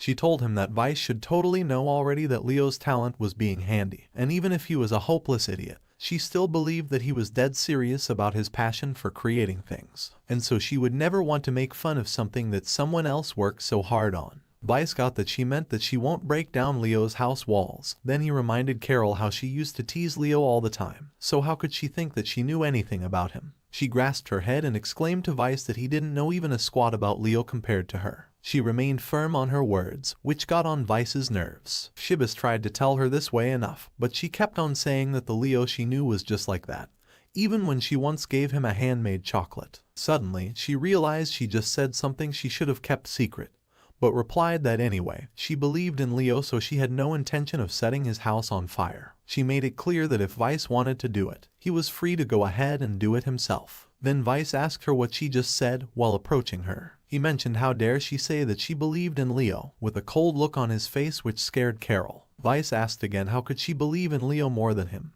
Then Shibis tried to excuse they Carol might have not meant what she said. But Vice lost his temper and kicked the wooden logs at their legs. Other students moved from the way and shouted what the heck Vice was doing. But Vice shouted that how could Carol trust Leo over him? He exclaimed that Leo was just a worthless piece of jobless trash, so hearing what Carol said was totally unacceptable for him. Then he ordered Carol in a loud voice to go and set Leo's house on fire right now. Carol complained about what kind of attitude that was, because she already denied to follow his orders. Vice yelled at her even loud to just listen to him, but since Carol remained firm, Vice figured she was planning to go against him no matter what. So, he cracked his fingers while getting closer to Carol, seeming to be wanting to punch her. But when he was about to do so, most of the students were shocked when one of them came forward and stopped Vice's hands. Vice asked what the hell was he doing, and the guy who stopped him turned out to be Monson. Monson kept holding his hand while Vice kept shouting at him to get off him because he wanted to beat this girl. But unexpectedly, Monson stated in a clear and heavy voice towards Vice to shut up and listen that firstly, he trusts in him, which is why he has always done what he said. But now seeing what he was going to do, Monson couldn't stand to see anyone lay a hand on a lady no matter what. He said that a man's fists were meant to knock the living daylights out of those who don't sit right with him. Vice was frustrated as he couldn't release his hand, while Monson told him if he did that then he would also become a scumbag like Leo. Which was why he held his hand to make it clear again that if he raised his hand on Carol now then it would be bad news for him because Monson would himself stand up to stop Vice and bear him. Now that it was done, Carol didn't expect Monson to be like this, to which Monsoon told her she didn't need to thank him. Vice got his hand off, and even if others tried to tell him to cool his head a bit, Vice was annoyed by hearing he was beaten by Monson. He didn't like to be compared to Leo, so he declared to everyone that he was a wise man, so they were all supposed to be listening to him. Students, what the hell happened to him all of a sudden, as Vice reached out his hands and reminded everyone that he has the power to impose penalties. Vice activated a magic circle and started chanting because he wanted to teach these students their place. The students were shocked thinking why Vice cast a grand spell on them. They shouted what he was even thinking, because if Vice used his magic it would get everyone in a crossfire. Vice stated it was fine since they need to clear the rubble, so it was perfect this way. Monson and others tried to get Vice to stop, but Vice exclaimed it was too late for them to beg for forgiveness now, because he wanted to make everyone here regret their own incompetence. The students began running around because they were in serious trouble, as Vice activated his spell, but before he could unleash the Sage's rage upon the students, Vice got hit by a wooden log from behind which knocked him down on the ground. Carol and Shibis were surprised, including other students, because the log that sent Vice rolling back was being held by someone familiar. They looked at the person in question, which turned out to be Leo himself, and he said sorry, asking if he just hit something. He remained cool when he saw it was just Vice. The other students were glad that Leo just saved them. Then Leo left them with a message for Vice that he apologized for hitting him by mistake while cleaning. Carol stood up in Leo's way, and when he asked what happened to her, she understood that Leo never meant to help them and he really hit Vice by mistake. Then inside, she tried to push herself to say something to Leo, but before she could muster up the courage to say it, Leo said he would get going now since he had no business here. But Carol insisted him to stop, but after looking at his face, she felt shy again. And this time she finally thanked Leo for his help. Leo didn't expect her to say that, so he mentioned it was kind of weird for her to say something like that.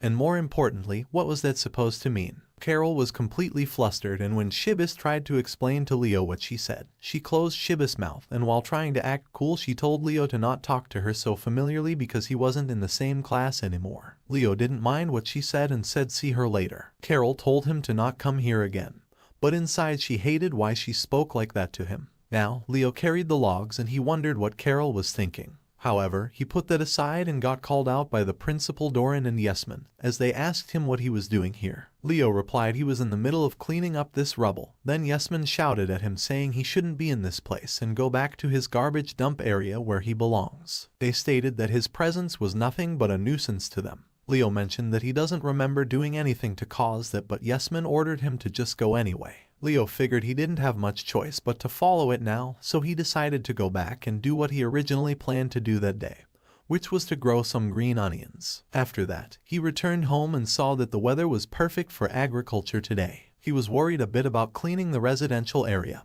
Anyway, he would just do what he liked here. Quietly, he had plenty of water already, so now Leo wanted to get started with planting them. He took some wood and other stuff to quickly craft a high-quality planter which had a bonus effect of healthy plant growth. Leo thought this should do the trick, so he set a couple of planters and put them in a good spot. Now, he took out the green onion root and sowed it into the planters. Leo got leveled up after this from level 10 to 11, and this time, he got the new occupation of magic farmer. Leo was damned with this crazy good timing of this occupation, and he knew this was a pretty rare job because one could use magic while farming. Leo was glad to see he always got the job which he wanted the most, and now he decided to put this farmer's occupation to use. Suddenly, after changing occupation, he noticed some grass behind him. He took a good look at them, and this time, he was able to tell which one was which plant or grass. Leo was amazed that he was now able to tell the types of plants and grasses apart, which was pretty difficult considering that until now everything looked the same to him.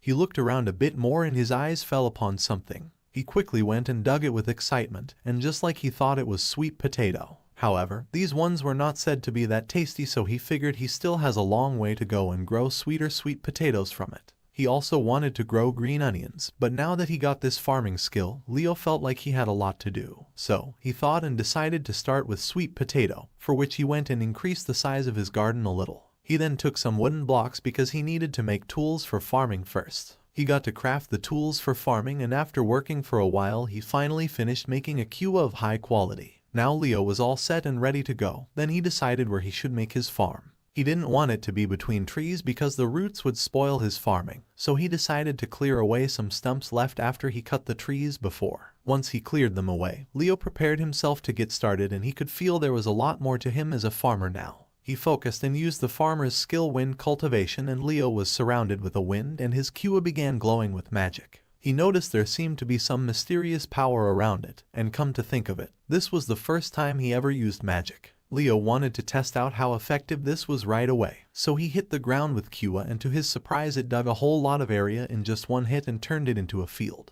Leo was amazed it just took one hit to do that, so he planned on hitting more places around him. He was having fun doing this and never thought that farming could be this amazing. Leo thought this was also a form of craft, which he should have started doing ages ago. He decided to keep plowing the ground with all his might until he got enough field, and once he was done, Leo was looking at his very own field which he was so confident about. He thought he might have gone a bit overboard, but anyway, he planted the seedlings of sweet potato in the field. Once he planted them successfully, Leo figured it was now time for his other skill to shine. He closed his eyes and focused while chanting to grow new life and bloom, and his hands began emitting the magic energy out of him. Leo remained concentrated in this process, after which he thought nothing happened. But suddenly, the plant began to react and its vines began spreading to an area even wider than the field, which caught Leo by surprise, and witnessed them going wild while growing. Soon, the vines were all over the place, and when they grew up completely, Leo looked around with amaze because everywhere he saw, it was sweet potato vines. The whole field was blooming with good crops, and even if Leo was tired after using his magic, he was more happy about the green field he was covered with, and the happy and surprising part was that he grew all of these by himself.